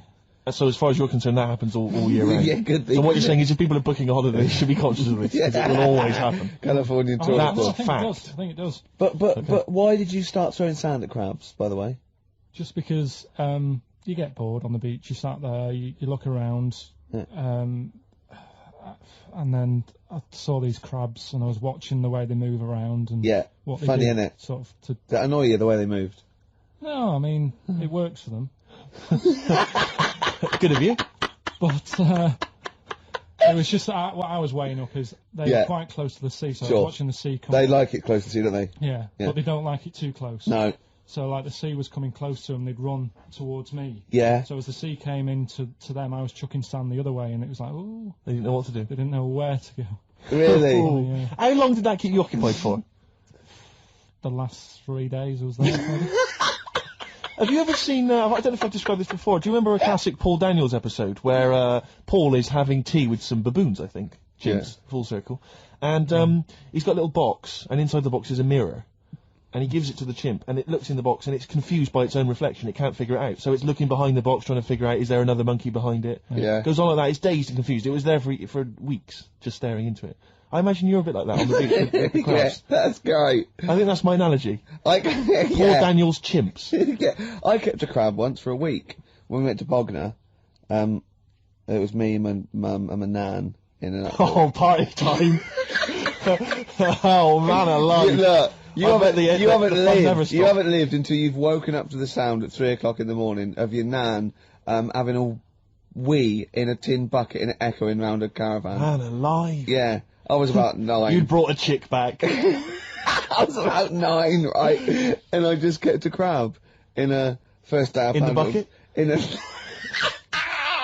I don't know where it came from. No, I found it on the beach and I brought it back and I kept it in a little bowl in the sink. And then the last day, it started to smell a bit. And then the last day, Mum said, "Go and put it back." And I went and put it back. So I had a pet crab for a week. And did it die? What happened to it? No, it just got bored. Sure. It didn't do a lot. Did it start throwing sand at you? Oh. Listen, I think we better play some music because we've got a few songs to squeeze in. I just wanted to play a track. I was watching MTV the other day and I was a bit confused. Yeah, so was I. I like that. Because I saw a video for the Electric Soft Parade's Silent to the Dark, Yeah. but it was called Silent to the Dark 2, but it was the same song. It sounds like they've redone it. The video is different to the old video. I was very confused. Hopefully someone will phone in and solve it for me. Anyway, this is the original Silent to the Dark. Still a good track. Let's hear it, Carl. Silent to the Dark, the debut single by the Electric Soft Parade. I like that. Yeah. Very good. Very good choice there. Apparently discovered by XFM, is that right, Carl? Yeah, sent a tape into Claire Sturgis. You see? Big time now. What did she do with it? Sold it. Yeah, Got a little £5 starter bag of Skag. exactly. Oh, And the bless rest is history. Well, I've enjoyed myself. her. I have. But can I just say, we don't just muck around and do stupid things and play great music. We're also informative. And We I'm are. going to leave London with this tip that Carl, for no reason, just told me. Do you want to do it, Carl, or shall I tell him what you just said? Rick, we haven't got much time. You better explain it. Okay. If you got, he said, you've been on the Millennium Wheel. I went, no. He went, well, if you do, here's a tip. Go when there's lots of disabled people on there. And I was up for it. I went, why? He went, you get more for your money. Because they have to keep stopping and letting them off. You get an extra 6 minutes. Oh, Alright? good, solid advice if you're So ready do to that go there then. today or tomorrow. Yep. Thanks. Song for the ladies, Rick. I'll leave you with Lamb Chop. A lot of people aren't a fan of Lamb Chop for some reason. They don't like the way he sings, but this is a beautiful song. That's the reason. Up with people. See ya. Bye.